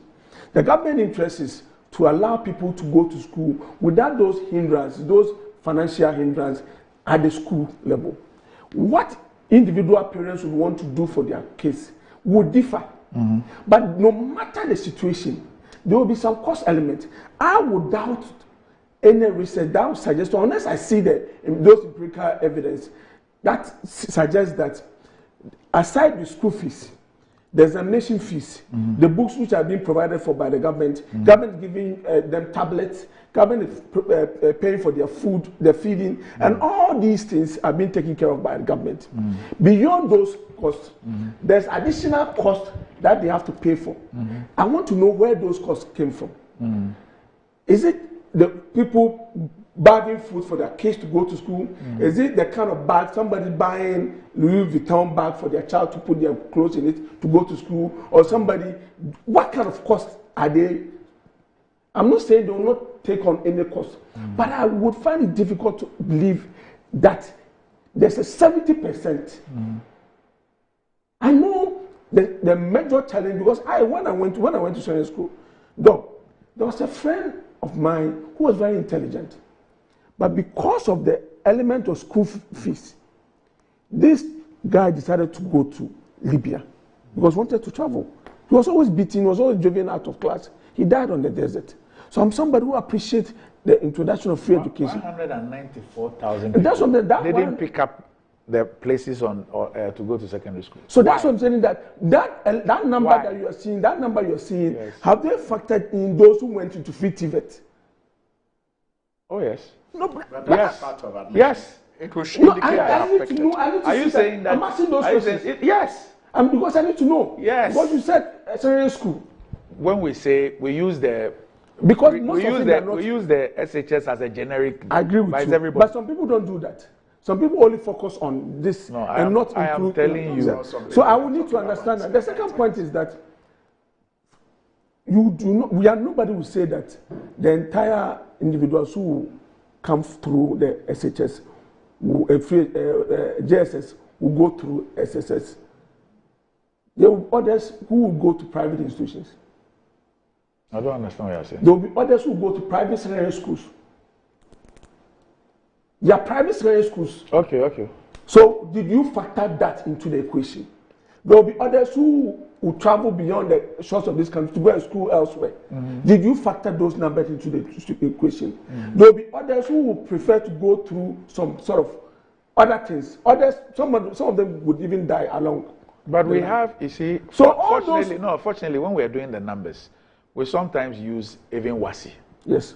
And that is written by both public and private students. So whether people went to private secondary or went to public secondary, when we have the number of people who are sitting for WASI, it includes both. So we know. Yes. So, but what I'm saying is that when the people complete school, there are others who go through other channels. So you need to be sure that... But that has always been the case. Yes, I know. But because you are alarmed by 100,000 figure, that's what I'm saying. That we need to look beyond those who are going through the... We're saying that, for example, enrollment, we were saying that prior to this, X number of children were not accessing secondary education. Yeah. In those numbers that we're talking about, all the possibilities you are talking about existed. Exactly. However... And more. I'm saying, however, that is what we use. Yes. That X number of people didn't access secondary education, or Y number access secondary education. There could be a plethora of reasons why. I agree with you. Yes. So what I'm saying is that we need to do a broader and expansive. So have discussion. we done that? Have we done that to find? That's what I'm sure the education ministry can provide these numbers. They can give us better and further particulars on this. Yeah, but and when you do, when such things are done, they are not for the shelves. It is a public policy. I agree with you. You are a researcher. You understand what I agree with you that it ought to be made known to the public. That but is going any forward, such thing, because I know that you have a very good relationship with the education minister and the people at the education ministry. I'll pray that you talk to them about these numbers and also understand what are their findings in terms of that. Right. But for me, what I would say is that one of the best things that has ever happened to this country and the Ghanaian child is the free education. Because hitherto people, even those the small Northern scholarship that government was supposed to pay for, government during the era of the President Mahama, they could not pay, and for months they'll be in the house. Months. Yes. Randy, I want to believe that Dr. Asante is just doing the partisanship that he's expected to do on this program. Why? Otherwise, he's supposed to know better, and he is somebody who also is involved with people who have their awards in school as workers. I mean, he has parents at his place, and he was just giving you an example of how some of them struggle and sometimes have to send, the items required for their children in secondary school, in bits. And that is what this free SHS was supposed to solve. And so if even, with his own experience, he can admit that parents still have this difficulty. he did that. Down here, oh, he did that. He did that. Oh, okay. So you see that is why it is interesting. But that today, that is why today it is right. No, that's why today. That's why I say that. That's why I say that. I think he's just engaged in the partisanship he's expected to engage in on this platform. Otherwise, if he did that advert, and today he's justifying this additional cost that EduWatch has put at about 70%, then, your evidence is right there. But Randy, apart from this financial burden, let's not forget that this whole conversation started when I spoke about the mess that we find in almost every sector as far as the governance of the NPP government is concerned today. Let's not forget that's how this conversation started, the mess. And so apart from this financial, burden that has not been, lifted from parents as the policy was envisaged to do, let us not forget the most important reason why secondary education, should be pursued in the first place. The most important reason. Why is secondary education important? Is it just for children to go through a 4-year program and what after that? Because clearly, when I speak of the mess, it is not only associated with the policy's inability to lift the financial burden that was envisaged. It is not there. But look, I am a teacher, Randy. I was first trained as a teacher, and I taught in the classroom. I taught in towns, and I taught in villages. So I fully appreciate what it takes, to either be in the classroom as a teacher or to be in the classroom as a student in many parts of this country. And I can tell you that today, one of the biggest problems teachers are faced with is what to teach children at the secondary school level. What are you talking about? Today, they are put on... That's not true. Oh, please. Today, teachers are called for a workshop. We are going to change the syllabus. They are taken through training on the new syllabus. They go back to school. Textbooks for that syllabus or syllabi never shows up. They are managing to still do, because teachers are taught to improvise. And so they manage to still keep the students engaged. Randy. And before long, they are called to another workshop. The government has decided to change the one that was brought earlier. And that has been consistent. Look, you can open the phone lines now, and teachers will testify to this confusion that they have had to battle with since the introduction of this, policy. It is not, and like we said, if it must be done, and yes, it must be done, but it must be done well. And teachers are confused about what to teach their children. And look, apart from that, they do not have the textbooks. If you have a government that will introduce a policy and prioritize past questions, provision of past questions over textbooks, it tells you where the mind of that government is. It's all about how many students have passed the exam, so we use it to do politics, and not how many students have actually been educated. Because education is much more than just passing an exam.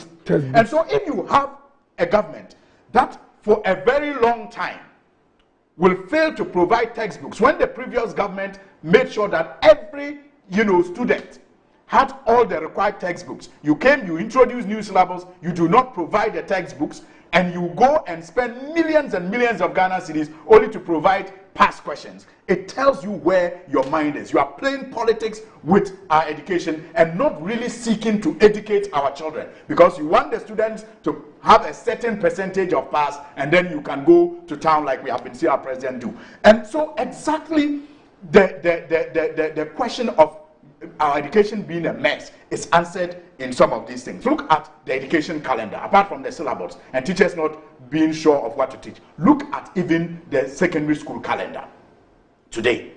Parents, you go into our communities and they are worried about the number of days and months that their was spent in school and out of school. They go to school for a month or two, they vacate and they are home for sometimes 3 months. That's not true. Please open the phone lines today. Maybe you do not have the time to interact with you want to say they go and come back for some period, but don't say 3 months. Sometimes they go to school for 1 month and go. Sometimes they say it is not an exaggeration. I'm telling you, Asante, it is not an exaggeration. And so clearly, that is what the NDC government. Do you want document to both of Yes, I have it here. I intend to wrap up with it. Okay, I've sent it to you. In fact, I can't read them. No problem. You can educate yourself later. So when later you are relaxing in the office, you can read it. Randy, this is not an exaggeration. There's only things that are exaggeration when I say that students sometimes vacate and they stay home for more than 2 months, more than 3. I mean, they go to school 1 month and stay home for 3 months. Exaggeration. Stop influencing my production team.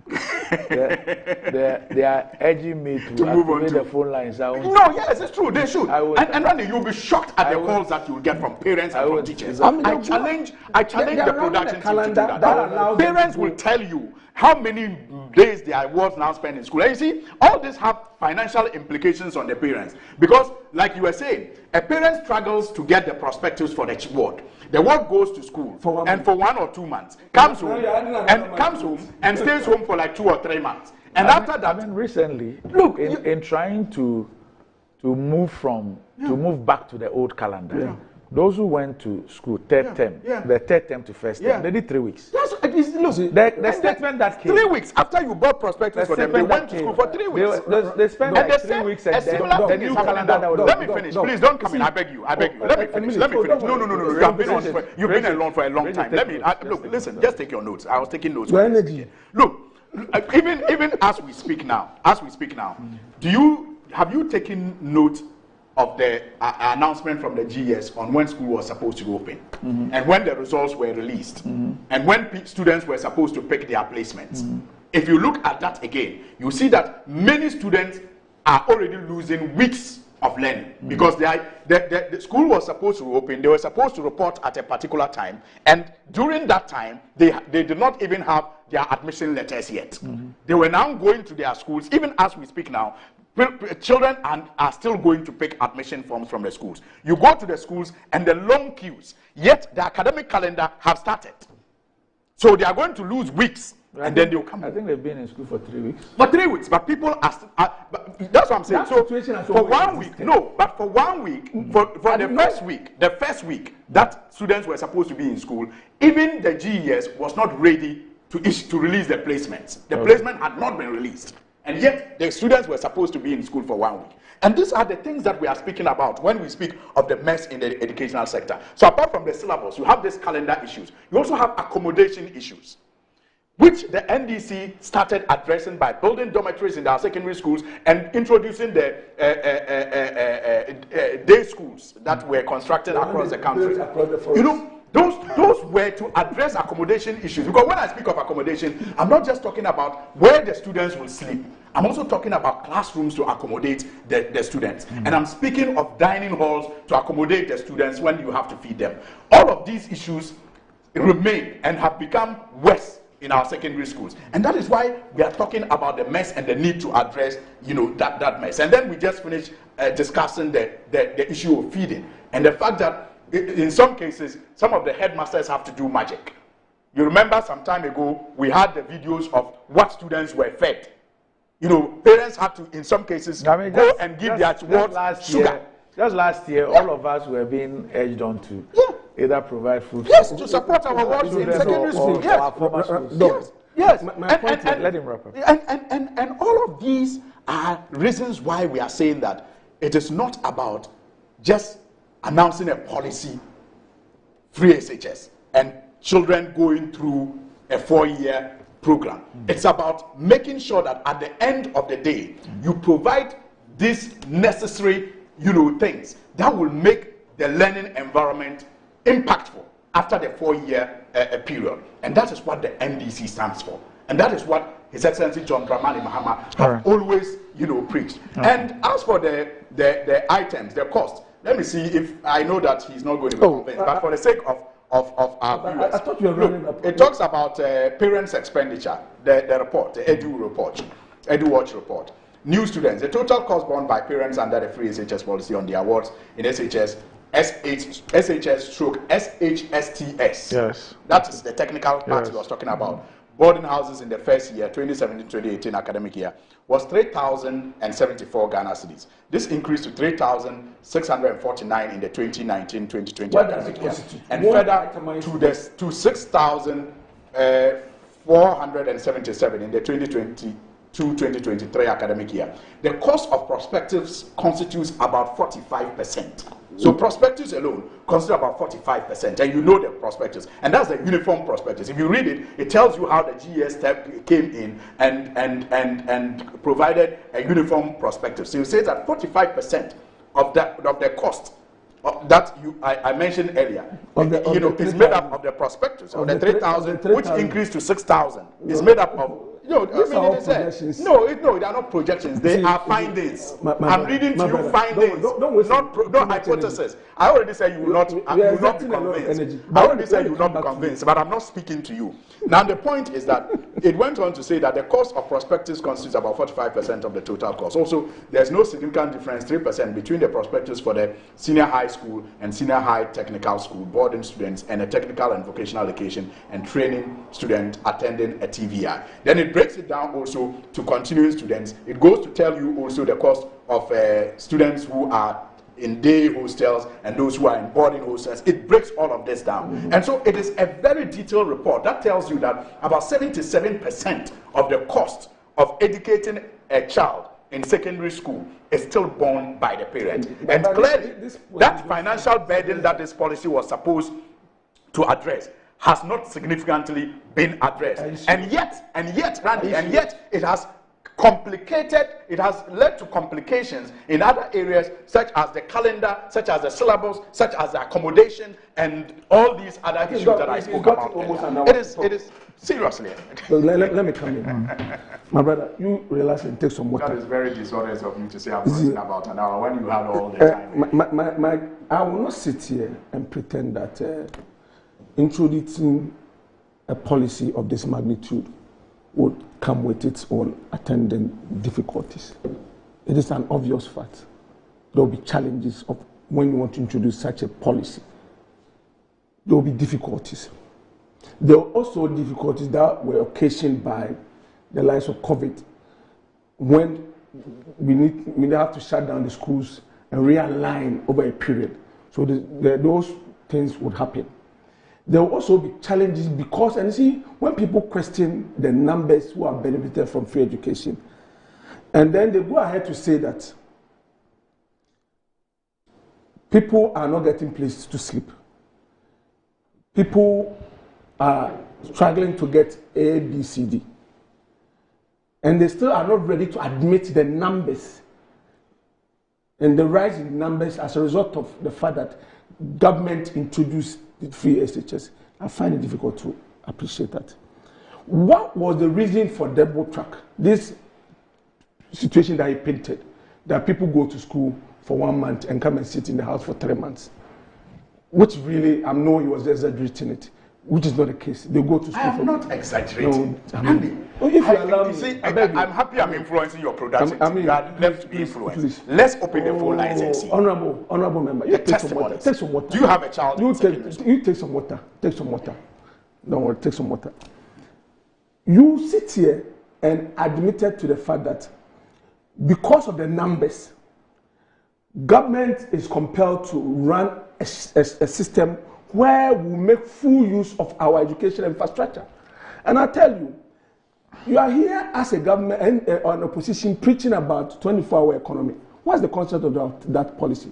Even though you've not been able to explain it very well to people, and people are saying all kinds of things. The concept is that making use of the same structure, but doubling up the number of individuals who have the possibility of working within those working environments.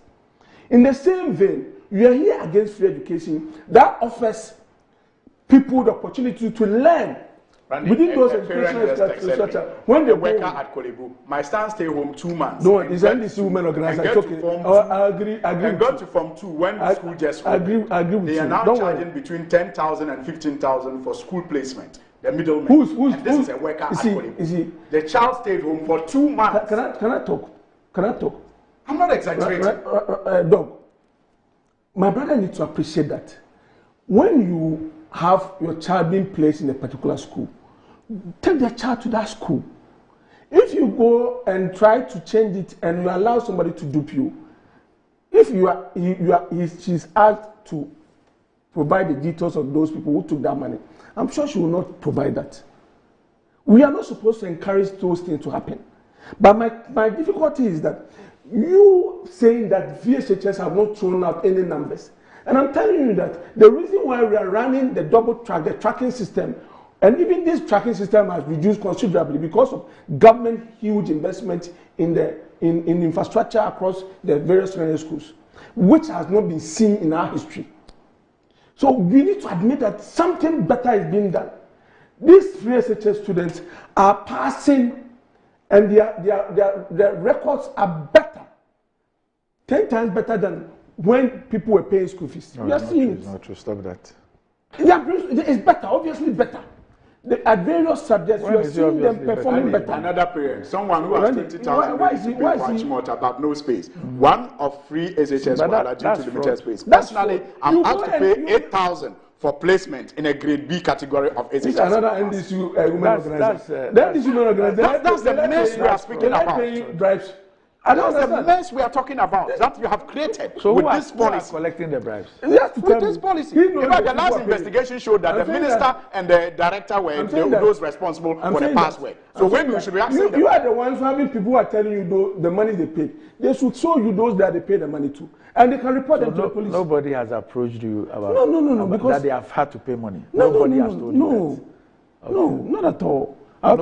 Nobody. And you know me. Eh? By the grace of God, I survived. I don't know you. I don't know you from 7:45 to. I've changed over the period. No, I said from 7:45 to 10:30. I don't know you. Before and after, I know you. So let me focus on the matters. So we need to appreciate what has been done. We need to take a break. I think, and I know, as a country, we shouldn't even be. I know government is working around the clock to make sure that this double track system is erased. And a lot of schools. No, they've announced the calendar. That is how come. But the third term. Yeah. People are staying in school third term for just because they are realigning it. They are trying to realign those. They have been realigning it for how many years now? They have been realigning it for how many years now? My challenge is that left it me alone. Right, Randy. Somebody that they haven't asked to pay for Students are supposed to pour with 2 cement bags. That's not on the prospectus. And paint. You can somebody. That's not in the prospectus. But some schools are asking for it. Somebody, that's illegal. They if you are here reading all these messages, if I allow, I'm telling you what somebody will tell me that they were asked to bring a list. A Range Rover. Of course. People will say all kinds of things. Can you imagine? People will say all kinds of things, and you're here. Liquid soap, part of 2 bags of cement. Yourself to be patronized by these parents are sending them in. These NDC members who say NDC members. Some of them I don't even know them. This is a strange number. I don't even know. How did they get your number? If they're not NDC people, how did they? I'm surprised. So do you know everyone who has your number? Do you know everyone who has your number? Open your WhatsApp phone. You have been in the public space for a long time. Do you know everyone who has your number? We'll be back shortly.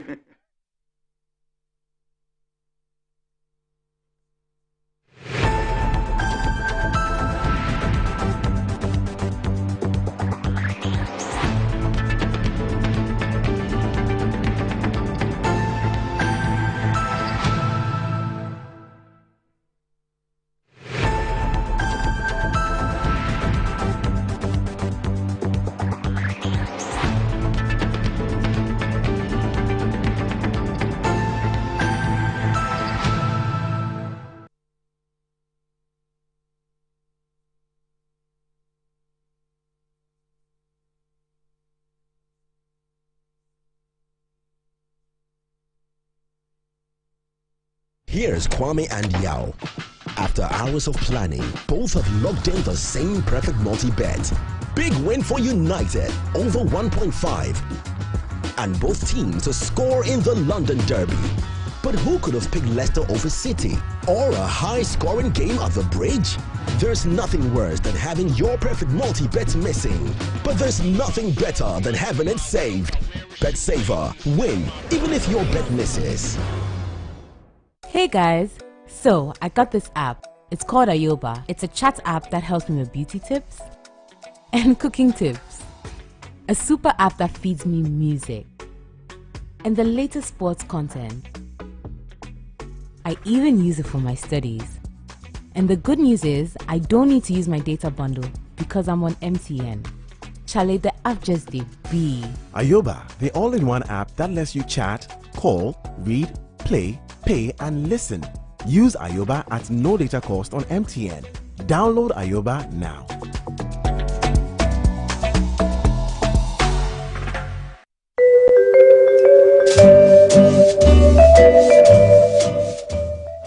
With license.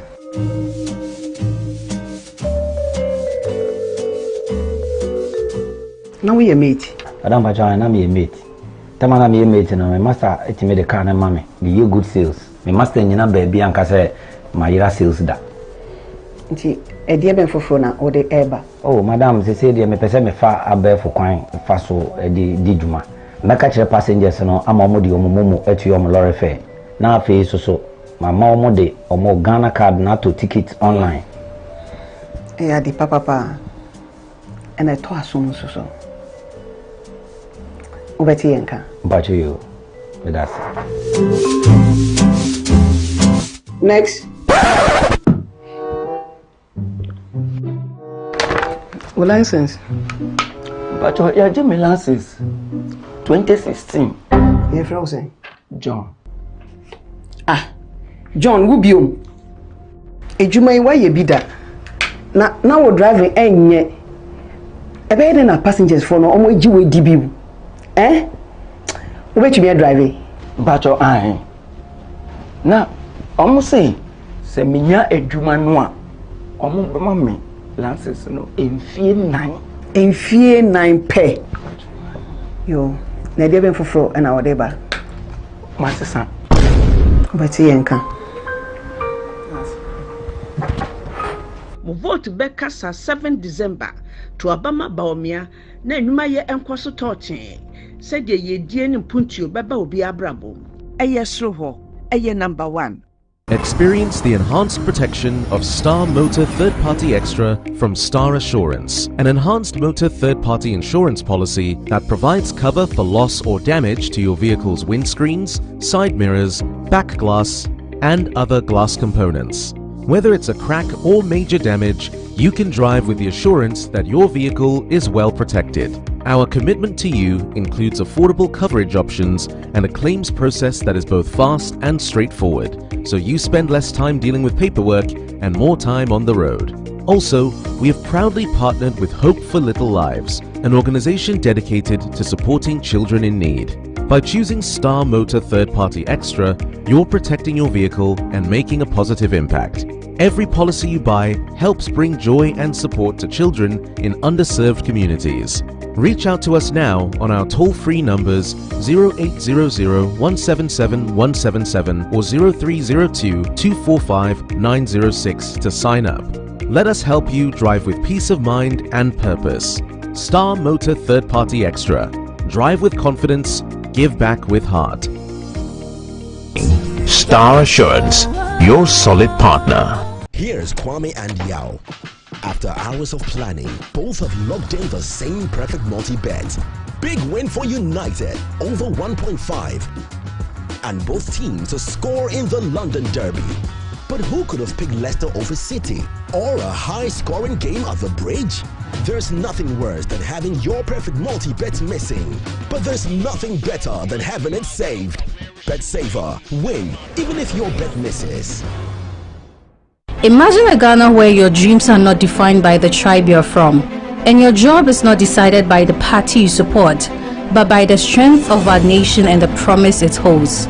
A Ghana where opportunity is equally based on every faith, every region, every district and every constituency. Where true unity exists and diversity is our power. A Ghana where all 16 regions are activated with industries, development and purpose to yield economic prosperity. And picture leadership that is not bound by party rules, but by the needs of the people. A government that is decided by the voice of the people. This is the vision of Nana Kwame Bediako and the New Force. We stand for everyone, for the youth, the women, men and the elderly. So when you step into that polling booth on December 7th, vote for Nana Kwame Bediako, number 12 on the ballot, with the 12 pillars under the apostolic governance, the 12 ministries, New Force, and Yidaswaba. Using Koa Mixture, Koa Plus Mixture, and Koa MT Mixture, brought to you by Koa Research and Manufacturing Limited Company, proudly made in Ghana, formulated to support your general well-being. For those seeking immune system support, there is Koa Plus Mixture. Support your body's defenses and stay strong. When it comes to combating malaria, Koa MT Mixture will aid your treatments. For effective relief from malaria symptoms, try Koa MT Mixture. Koa Mixture, Koa Plus Mixture, and Koa MT Mixture are not recommended for pregnant women, lactating mothers, and children under 12 years. Always take a malaria test before using Koa MT Mixture. Choose Koa Mixture, Koa Plus Mixture, and Koa MT Mixture for your health needs. Available now at pharmacies nationwide. For bulk purchases, contact 0244-726611 or 0591-565-778. This advert is How far with your internship? To be honest, I'm so nervous about starting this new role on Monday. Oh please, I know you'll be great at it.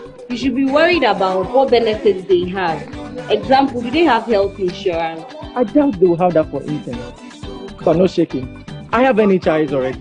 After you answer a line, ting. Ina, look at you. What are you going to do in the office when you can just download their app to register for an NHIS membership? Yes, my people. You heard right. You can now download and register your membership on my NHIS app.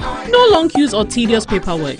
All you need is your Ghana card to register for yourself and for others. Once you register, you get a new digital NHIS card on your phone. My NHIS app gives you access to credentialed health facilities and services across the country. NHIS covers over 95% of disease conditions in Ghana. Access to healthcare just got easier.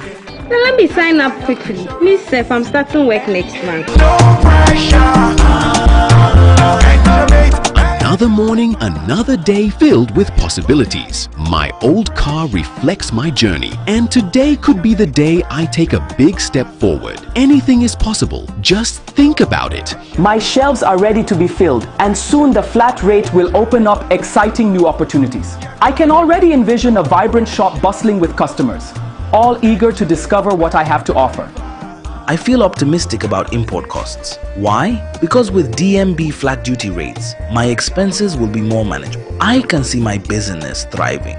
Every moment spent with my son brings back wonderful memories. I tell you, my son, with my digital skills, now one can create games in a website. A show of boot number 1 on the ballot.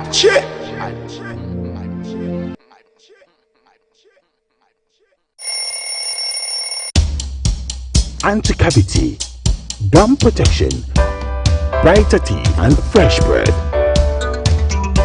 I'm a fair missy way. The patch of Bantama. Matias.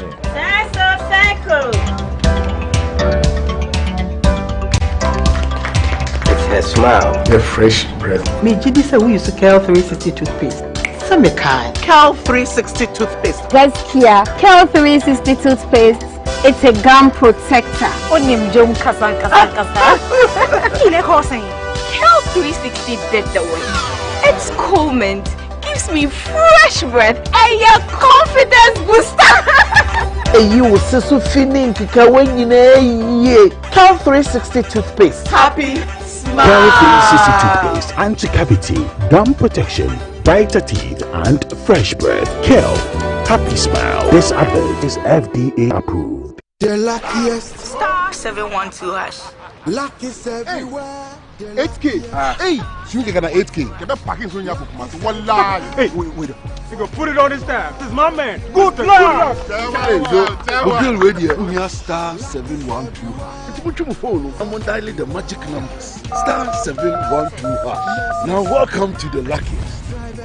And I'm with me at home ticket. You can buy for yourself or your loved one. Mommy, tell mommy who's here. You're buying for me, right? Or who else? Oh. Let's choose buy tickets for others. Love you, boo boo. No, maybe straight to option 4. Now, you need to buy tickets worth 50 Ghana to qualify. Yes, you can buy random or preferred tickets. I'm choosing random tickets. Listen, if you buy the random ticket, the system chooses a random number for you. But if you buy the preferred, you get to input your own preferred 5 digits. 5. Baby, give me your 5 numbers. And how much are we buying? Babe, look at the body and buy you. With your body, Hey, there, tread cautiously. Now follow the prompts and confirm. Now the luckiest. The luckiest is regulated by the NLA on the Caritas platform, not for persons below 18 years. TNCs apply. Dr. Baumian once said, But if the fundamentals are weak, the exchange rate will expose you. Dr. Baumian, when your fundamentals are weak, your exchange rate will expose you. That time now $1 to 4 cedis. And today, 11.5. The rate of depreciation. What are we going to say? $, India, a Turkish near Medinica, Ewo, Dosa or the Bremi. And me money deposit. Not dollar, no. 6 cedis to $1. In August 2022, over $100,000. I have the evidence. Between 1,550,000 Ghana cedis, meaning the dollar was 15 cedis, 50 pesos. Where were the strategies? The dollar, which was selling at 4.2 Ghana cedis in 2016, is today selling at about 17 Ghana cedis. Prices keep rising, businesses are collapsing, yet the so-called economic messiah is dead silent and totally clueless about how to fix it. Vote John Dramani Mahama for president. Trustworthy, honest, and reliable. Vote for change. Choose the umbrella. Vote John Dramani Mahama and the NDC. There's nothing worse than your multi-bet missing, but nothing better than having it saved. Bet safer.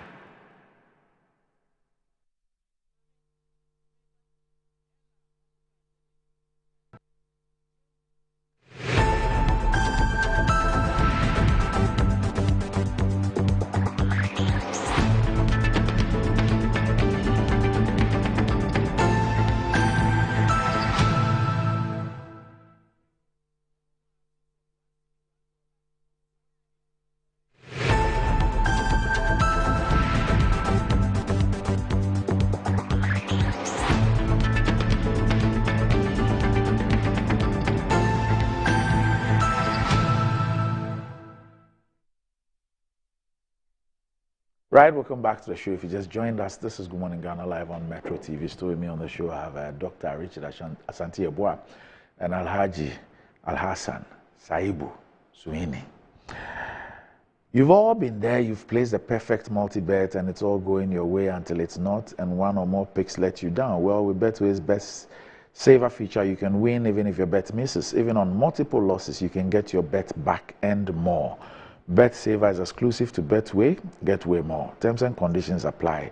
This is regulated by the Gaming Commission of Ghana. Bet the responsible way. Betway. Get way more. Now, I've just seen something this morning from the presidency. I don't know. It's written in plain English, but I don't know if you can help me understand this. Maybe the production should put it on. Appointment of Mr. Herbert Krapper as Minister for Energy is dated, today is 20th. Or? Yeah. So today is 20th? Today is 20th. Yeah, so just this morning, for immediate release, the President of the Republic, Nana Addo Dankwa Akufo-Addo, has appointed Mr. Herbert Krapper as a substantive Minister for Energy, effective Tuesday, 19 November 2024. Mr. Krapper has served as Minister of State at the Ministry of Energy since his appointment on 15 July 2024, and according to the President, has demonstrated exceptional diligence, professionalism, and a steadfast commitment to his duties, contributing significantly to the progress and stability of Ghana's energy sector.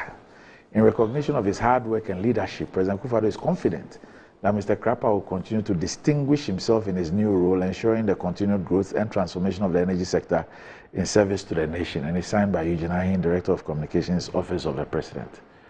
So it's a promotion. Oh. I mean, you're asking me. Yeah, I'm asking you. But you are. Oh no, because I wanted to be sure. I to be didn't sure. want. No, it's you. Okay. You. I mean, Minister of State. Yes. And then substantive minister. Yes. In terms of authority to go about running the ministry, you would want to say the substantive minister has some more clout. I think but in terms of in this case, the Minister for Lands and Natural Resources was the supervising minister. Yes. Okay. So, but in terms of their profiling, you realize that it's the same. That is why he will not have to go to Parliament for parliamentary approval, because Minister of State, you are pegged as a substantive minister in terms of the various. So like the current finance minister. So it allows for signing and all that. And I think that somebody will want to raise issues about the timing. But the point is that until 7th of January, the president still has to make sure the country runs. And this is a very sensitive sector. And you would want to. Is that why you are buying 18 Land Cruisers and 4 Tundras? Oh, I don't think there's any difficulty with that. Why? You see, Doc, 18 brand new Land Cruisers. Can I make a point? Yes. Governance is in continuum. How many dialysis patients? If you allow me, you are procuring for the next government. No.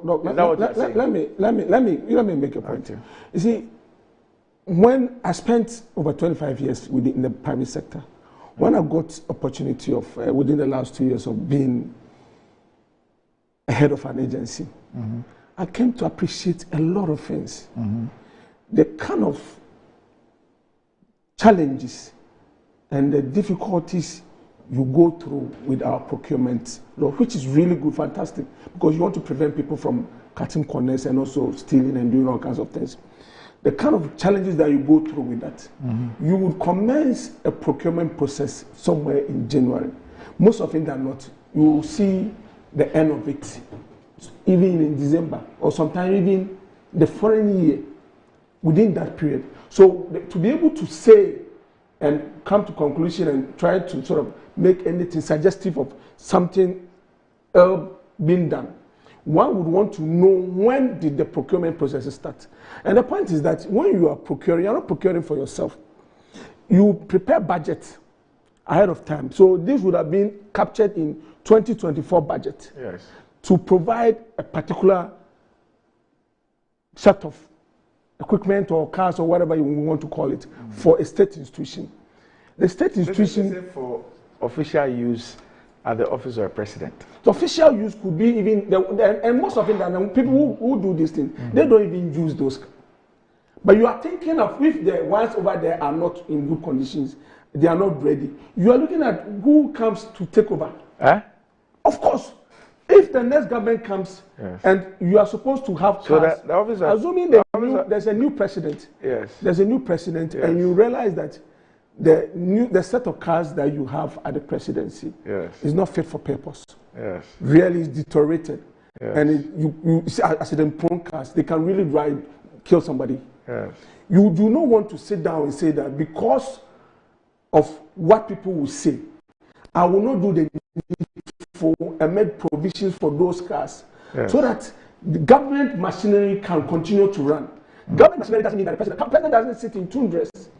So when we make some of these suggestions, that's to create that belief in some people's mind that government is up to something untoward. No, I don't see anything wrong with that. It depends on when the procurement process is started. And I can tell you that if you go and check it, it is possible it started even last year, and this is when they are bringing finality to it. And I'm not even, I don't know whether even the vehicles have been supplied. Has the vehicle been supplied? Doc, you are the one putting those information. Has the vehicles been supplied? So I understand. Let me give my agency, use my agency as an example. In our 2024 budget, we made provision for Starbucks to enable us go for monitoring and other things. But we do not have anything there. Within the period, we've started the processes. You have to see for financial clearance from the Ministry of Finance. It will take months for that to come through. First, around 7th of January, that I wrote through my minister, seeking for financial clearance. The financial clearance came somewhere August. When the financial clearance came, you now need to commence processes to procure the bus. Then we asked that the ministry do the procurement on our behalf. You know, they just advertise that in the papers. You have to go through all those processes. The car has not been procured. But if you don't take care, and tomorrow you are told that the ministry is procuring a bus on behalf of... Nobody will raise an issue if the ministry is procuring a staff bus. I'm using that as an example for you to understand that sometimes 6 weeks to the end of the administration. What are you procuring? 18 Land Cruisers and 4 Tundras 4. Are you saying that these things were began a week ago? When is it began? I'm talking about the processes to procure it. I'm saying it might have started even last year. This is how government system works. Sometimes I get frustrated with things like that, but this is the law. You need to allow it to work. I'm not talking about your agency. And I'm saying that when you go to the government, the presidency, the office of the president is not even made up of only the executive president. There are various institutions that falls under the office of the president. So when the office of the president is procuring cars for this office of the president, sometimes you realize that they are for the usage of the other institution that falls under the office of the president. There are numerous institutions. And this like our system. Like which institution? I'm saying I'm not saying in specific terms in this situation. The office of the president will not procure a vehicle for a scholarship secretariat. How will you know? The scholarship secretariat will do it by themselves. I'm saying that how will you know? I'm not saying scholarship secretariat, but there are other institutions. Like which one? I will not be able to single out any institution.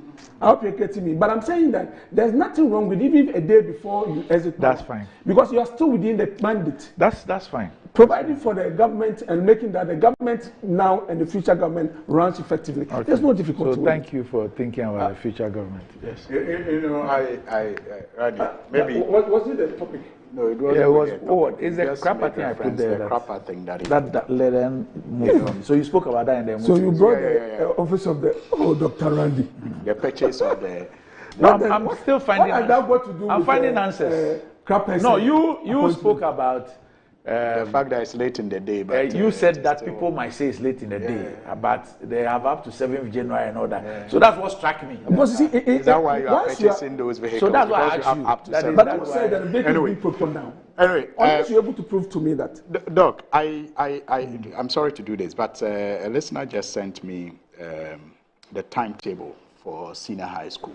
Yes, my production has it. I was going to put that on. I will want that. I was going to put that on after. The fact that, no, you know, you said because that. I had other issues to raise. No. This is important. This is important. Because you were saying that there are no books. Listen, no, I beg you. I've not even said anything. Please, please. Don't do this. Don't do this. I kept quiet and I was just listening to you. You said all that you wanted to say. So let me also say what I want to say. And you are not the host of the show. So let me get that permission from the host and listen, I'm saying that I'll deal with the timetable later. Yes, the production. It is important because it highlights the 3 months that I spoke about, which you describe as an It's exaggeration. 1 month. In fact, yes. I mean, look at it here. The continuing students, they were supposed that was the 2024 academic year. They went on break in December. December. They have to go and break. December. I mean, it is there. December when? See, you see 2023. No, this one, you see, what this shows you is that that's it. You see where they were on break? Continuing students. No, in doing the transition. Yeah. So you see, I told you that 3 months. December, you know, January, I told you February. that for third term. Yeah. They did only 3 weeks. Yeah. And they are being promoted to the next form. The next form. In Form 1. So that's what you will see. You see the 3 weeks. If you look the one, December. you look 1. 2020. You will see 4th December to 21st December. That's 3 weeks. Yeah. So they spend 3 weeks in school, and then they are promoted to the next form. Yes, form. 3 weeks. That was just because we are trying to realign. And then they go on break. They go on break in March and April, and they report. They repeat but in see, May. I would want us Safe March because 12 we are May. all individuals interested in education. Safe March to 12 May. That's 3 months. So I'm not talking. No, but at least you understand. Rather than the number of hours. No, but you understand that when I say they go to school for 1 to 2 months. No, it's not about trying, but I'm telling you that it is a fact. It's not an exaggeration that children go to school 1 to 2 months and stay home for 3 months. The timetable is there. It's not an exaggeration. And as for Crapper's thing, no, I don't know why this is important, because when you look at the Constitution, I mean, Article 78(1) and others speak of Minister of State.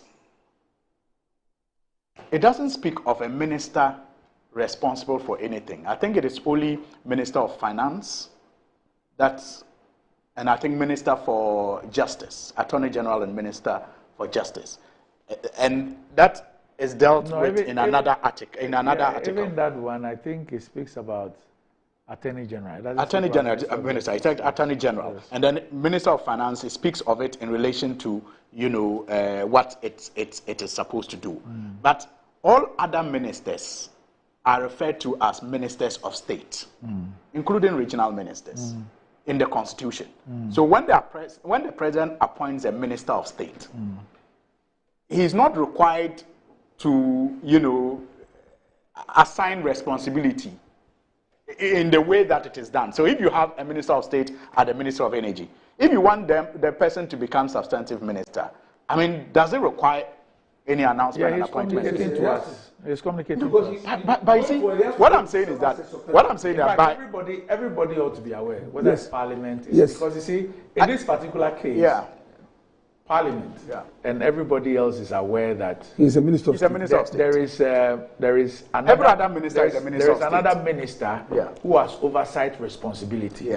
So this communication is to tell you that this person now assume full authority. So for example, in my view, I'm not a lawyer, but I am thinking that if he was Minister of State, because you see, Randy, let's take it from this point. Every minister appointed by the president is a minister of state. Yes. That is what the Constitution requires. You are a minister of state before you are assigned a responsibility. True. So if you were a minister of state, but you had another minister of state supervising you, I mean, I don't even get it. But if that's what the president wanted and he instituted that, when he wants to take off that responsibility, when he wants to take that minister off that responsibility of supervising you, I mean, it's just, for me, a straightforward matter. What he could have even done calling him a minister of state, that a minister would have been an acting minister. Maybe he was an acting minister or something. But you are now confirming his acting minister. Role. You are. But the Constitution too doesn't recognize an acting minister. Well, so I think that it is needless. We make simple things complex. Yes, it is needless. I guess what this means is that it is needless, and the man is expected to carry the full authority of the minister responsible for that sector. Parliament and anybody else can deal with him as a substantive minister. Yes, and he will carry the full authority. I'm not sure my brother should even be worried, because this is I'm not worried. I'm just confused. I'm just wondering. I'm not worried. I'm just wondering the necessity and announcing. Or is it a letter that you have a challenge with? The ink is not for you. the English that was written is not the wastage. What is your difficulty? What are you losing? Being informed about. He wants the presidency to cease and desist. You see, if the president has not even spoken about written this, and the man is holding himself, the same NDC will have a press conference somewhere and say that an illegality. The president has allowed all kinds of things here in this country. He's a minister of state. So the Constitution recognizes him as such. Page 10 of the Ghanaian Times. Gentlemen, we'll spend 10 minutes on this. Malik Suleimana reports that the National Democratic Congress is alleging that the New Patriotic Party wants to use Brigadier General Michael Opoku, the general officer commanding of the Central Command of the Ghana Armed Forces, to rig the election for the ruling party by stuffing ballot boxes in the Ashanti region on December 7. The NDC said it had evidence that Brigadier General Opoku's residence in Kumasi was currently being used as a safe haven for storage of weapons and electoral materials, which the MPP intended to use to subvert the will of the people. Quote, per credible intel, Brigadier General Opoku's residence in Kumasi is currently the storage facility for weapons, illegally printed ballot papers, military apparels, and other election materials, which the NPP intends to use to execute its dastardly and subversive agenda. The NDC said at a press conference that was addressed by Sami Jemfi, the communications director of the party. Quote, in his current position, Brigadier General Opoku has been mandated by President Akufo-Addo to take charge of a well-crafted scheme that has been designed by the New Patriotic Party to rig the upcoming election, particularly in the Ashanti region, through ballot stuffing, swapping of ballot boxes, swapping of pink sheets, and other clandestine activities, starting with a special voting exercise scheduled for December 2. And according to the NDC, Brigadier General Opoku supervised the lawlessness and violence unleashed on innocent Ghanaians at the Ayahuasca West Wogon constituency by election on January 31, thus cannot be entertained in an election expected to be peaceful. Said the party was watching Brigadier General Opoku and his collaborators in MPP and will continue to monitor them with eagle eyes. Says he and his ilk shall not succeed with their plan to foment trouble, and has urged the Inspector General of Police, who is the chairman of the Election Security Task Force, not to allow any person to usurp his authority. He said Ghanaians still await justice for the 8 innocent Ghanaians who were shot and killed during the 2020 elections, including those shot in broad daylight at Techiman South. And he's called on the IGP and the Election Security Task Force to get to the bottom of this election rigging agenda, and that the IGP owes a duty to the people of Ghana to be firm and fair-minded to ensure peace during and after the election. He's also called on the Chief of Defence Staff to institute investigations into these issues and bring Brigadier General Opoku to book. Says the NDC, by extension, the people of Ghana will hold IGP, the Chief of Defence Staff, and our security heads responsible for the loss of a single life in the 2024 general elections. Elections are about counting heads and not cutting heads. No person must lose his or her life on the altar of elections. There are some papers that also report that the Brigadier General Michael Opoku has sent his family to the UK ahead of this. Now on page, in the related development on page 16 of the Ghanaian Times, Agnes Opoku Sapon reports that says this: as Ghanaians, feel free, live your life and do not be afraid as we go into the general elections, because we have your back, says the Inspector General of Police, Dr. George Akufu Dampare. And he made assurance when he met leaders of Coalition for Civil Society Organizations Forum in Accra State to brief them on his outfit's preparation towards the elections, and outlined several measures being implemented to ensure safety and order throughout the electoral process. He noted that the Ghana Police Service, in collaboration with other security agencies, has been preparing for over 2 years, treating the election as a process rather than a one-day event. Quote, this extensive preparation has led to the development of Ghana's first ever election security blueprint, a comprehensive 5,400-page document covering all aspects of election security. He emphasized that the blueprint was not only for this election, but designed to guide election security for the next 30 years, adding that he addresses various types of elections, including religious, school, and internal political elections, and aims to institutionalize election security. This document ensures we don't wait until an election is near to start preparing, Its implementation has already proven successful in maintaining peace during by-elections, internal political party activities, and other electoral events. And he highlighted efforts to handle incidents of electoral violence swiftly and decisively. He said, quote, "We know those responsible for past disturbances, and we will not stop pursuing them. Those who attempt to disrupt peace will face the law." Says, "We will not hesitate to take decisive action when necessary, but we will always act within the bounds of the law. And one of the key focus areas will be improving security at collation centers, where past incidents of insecurity have occurred." And he revealed plans to fence off collation centers and control access to ensure only authorized persons such as party agents, media, and observers are allowed in. Quote, "Collation centers will no longer be chaotic spaces. They will be well organized and transparent, ensuring everyone can observe the process without interference." And he's commended political parties, candidates, and Ghanaians for conducting peaceful campaigns so far. And he attributed this to effective security measures, responsible leadership by political actors, and the patriotic spirit of all citizens. Okay. Sweeney, let me start with you. Randy, I think that anybody... Okay. We are merging the two, right? Yes. Yeah, so what Sunini was when he said what you read from the papers from the NDC, so I was going to use the remaining 10 minutes for. So you are the new host. Go on. The show. You know, Randy, the assurances of the IGP, I hope, you know, are met, because for us in the NDC, we will not do anything that will destabilize this country and disturb the peace of the country. But we will also not stand aloof and watch anybody engage in anything that is remotely similar to what we witnessed in 2020. We will not. The fact that for the first time since 1992, 7 unarmed citizens of this country got shot and killed for merely participating in our democratic exercise.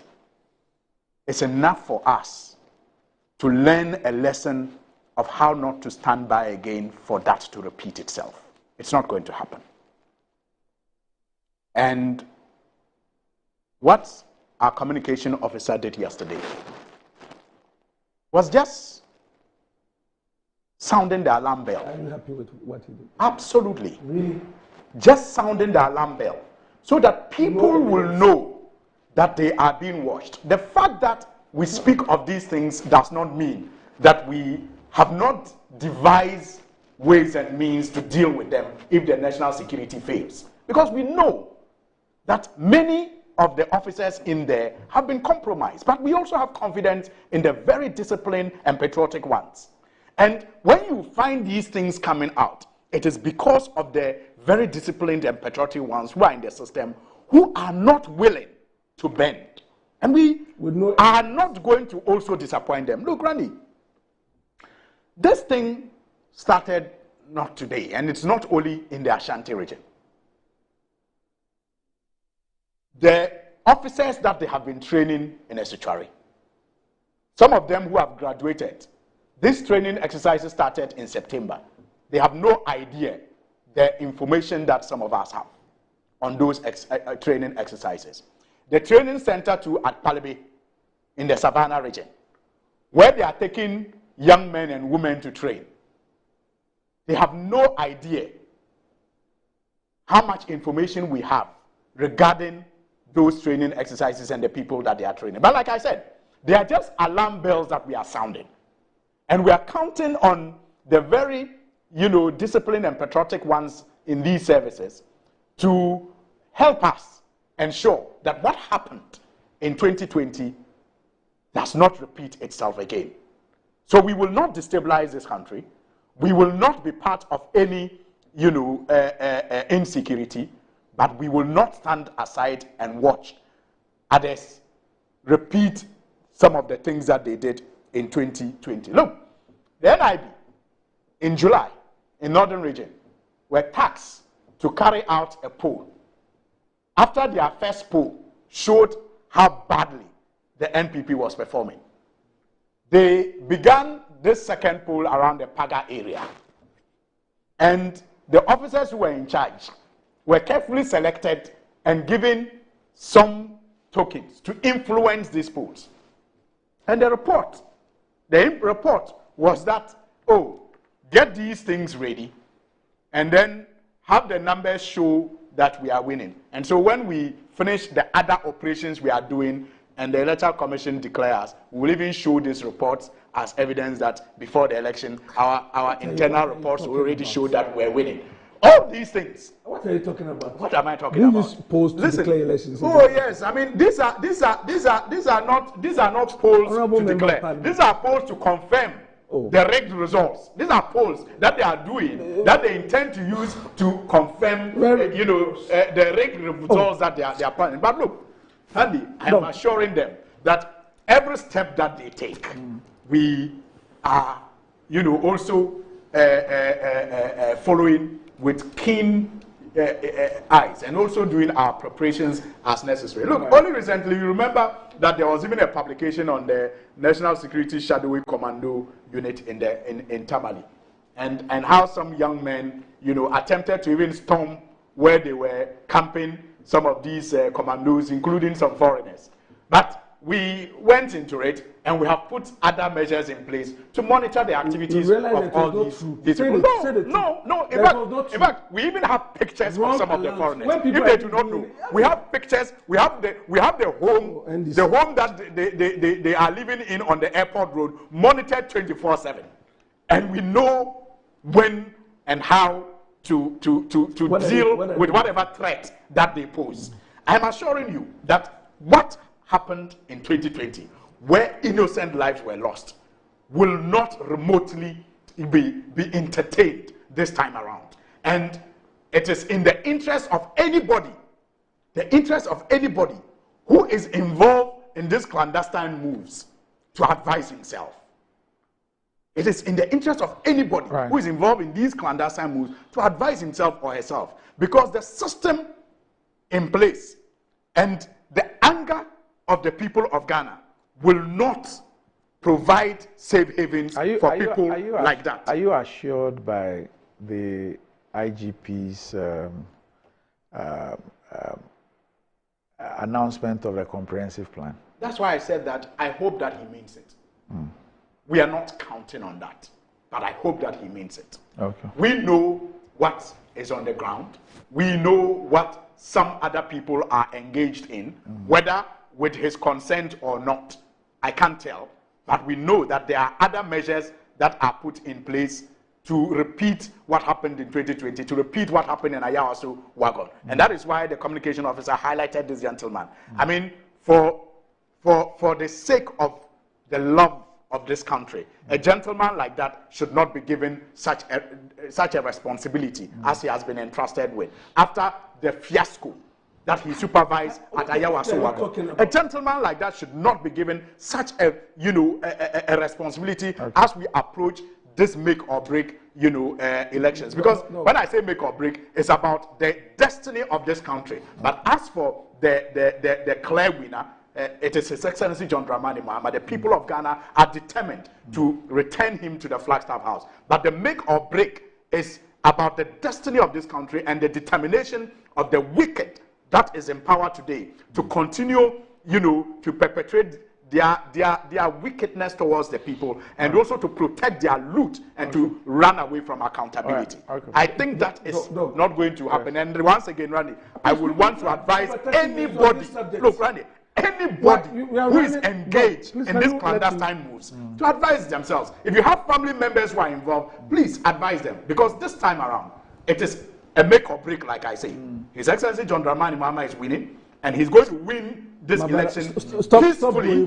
He's going to win this election peacefully, or he's going to win it with some people who want to destroy this country going down without this country going down with them. The NDC, very ridiculous. You sit there and think it is hot group air. of people. Let me tell you. You have businesses They in this are, country. they are what? They're very ridiculous in terms of the analysis. You have businesses in this country. You sit there and think it is hot air. You sit Let me there tell and my think it brother is hot something. air. It does appear that the NDC do not trust anybody. They do not even trust their own shadows when they are walking.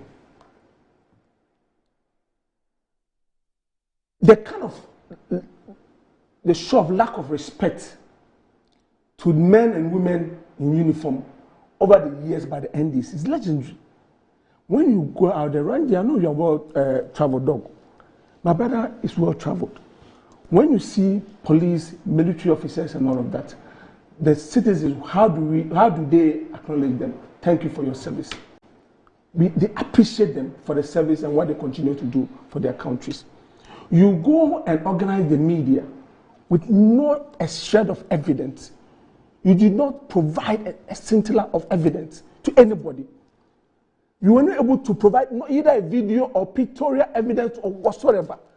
Just mention an officer who has been working for the country name and drag his name, rain insult and insinuations on him, call him all sorts of names because of politics, because you realize you are losing the elections.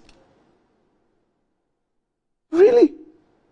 You talk about the fact that he is not even qualified to man the Southern Command. Really? We have former President Rawlings overthrowing a constitutionally elected government. That led to death and other things, mayhem in the country. Still had opportunity of leading the country. What are you talking about? What has this man done? The hatred you have for the military and the police and other service personnel in this country is known. The last election, 2020, Sami Jamfi made similar accusations. Ran the police and the military. We've seen how military people and the police people behave in various governments. Let me tell you, this one, the man has not done anything. There's no evidence whatsoever. If there's any evidence, provide it to the police, provide it to the military hierarchy, provide it to the public. When you had the press conference, I expected him to make those evidence available to the public. You did none of these things.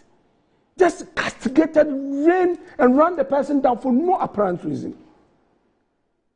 We're in this country when during the era of President Mahama, Naba Abulai, Afo, area there, causing commotion, maiming people, and doing all kinds of things. He was arraigned before court when the NDC lost, he ran away. This Naba Abulai incident, Collins Browder's brother, not something that I do not know about. I followed that incident, including writing petition to then IGP Kodado. Nothing was done about that. This man has not done anything. But we have somebody who did all kinds of things. I'm not promoting anything. And you sit here and say MPP wants to rig an election. Election that we know that MPP is getting about 149 seats in parliament. Election that we know that MPP will win with not less than 51.3% of the valid vote cast. Because we are working and the presidential candidate is credible. Because the people of Ghana have seen what the MPP has done, and between the MPP and the NDC, it's like daylight and darkness. They've seen the two. They've seen what each candidate can do. President Mahama is a known quantity. We all know him. We know what he's done. And we know what he did when he was in power. There's nothing new coming from anywhere. And Dr. Mahmoud Bawumia has shown, he's exemplified himself over the period, all roles that have been given to him. And we are winning this election. That MPP is mobilizing people and they put guns in our stronghold. Guns to go and kill who? Ashanti region. To go and destabilize elections in Ashanti region. MPP. I mean, what kind of class one thinking is that? That we are mobilizing people to go and cause mayhem in Ashanti region, our stronghold, to do what? Every given opportunity the NDC gets, they will not go and campaign. They are doing post-campaigning, paying posters to give them false hopes. The likes of Musta Dankwa and all the rest, paying them, giving them money to do. Richard. Kindly withdraw what you just said. It's withdrawn. Paying all kinds of people. Paying all kinds of people. The individual name that was mentioned is withdrawn because there's no evidence to that effect. Paying individuals all kinds of posters money to go and conduct research. You are shameless. And giving them false hope. And they get excited about those things. You are so shameless. They get excited with all those things.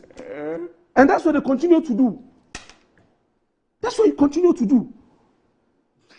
You're so cynical about everything in this country. So cynical. Today, organized people, they said, oh, President Mahama is leading. You know you are losing the elections. President Mahama was elected as a flag bearer of his party close to 2 years ago.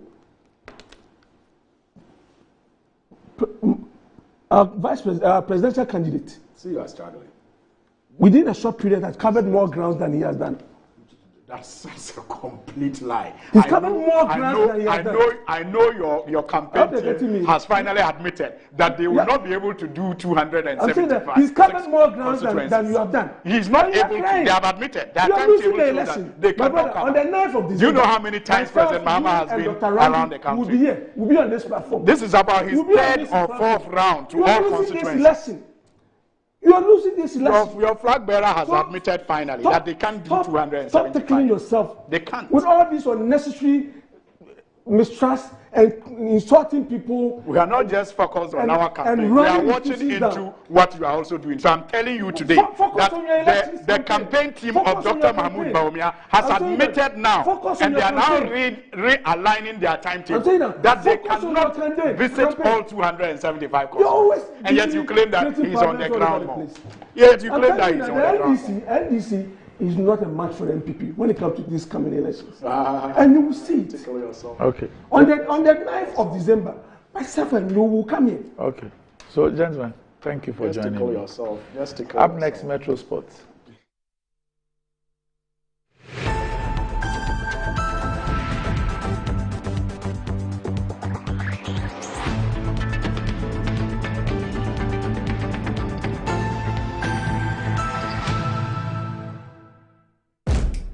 There's nothing worse than your multi-bet missing, but nothing better than having it saved.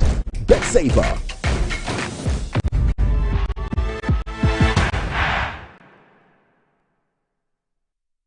Here's Kwame and Yao. After hours of planning, both have locked in the same perfect multi-bet. Big win for United, over 1.5. And both teams to score in the London Derby. But who could have picked Leicester over City or a high-scoring game at the Bridge? There's nothing worse than having your perfect multi-bet missing, but there's nothing better than having it saved. BetSaver.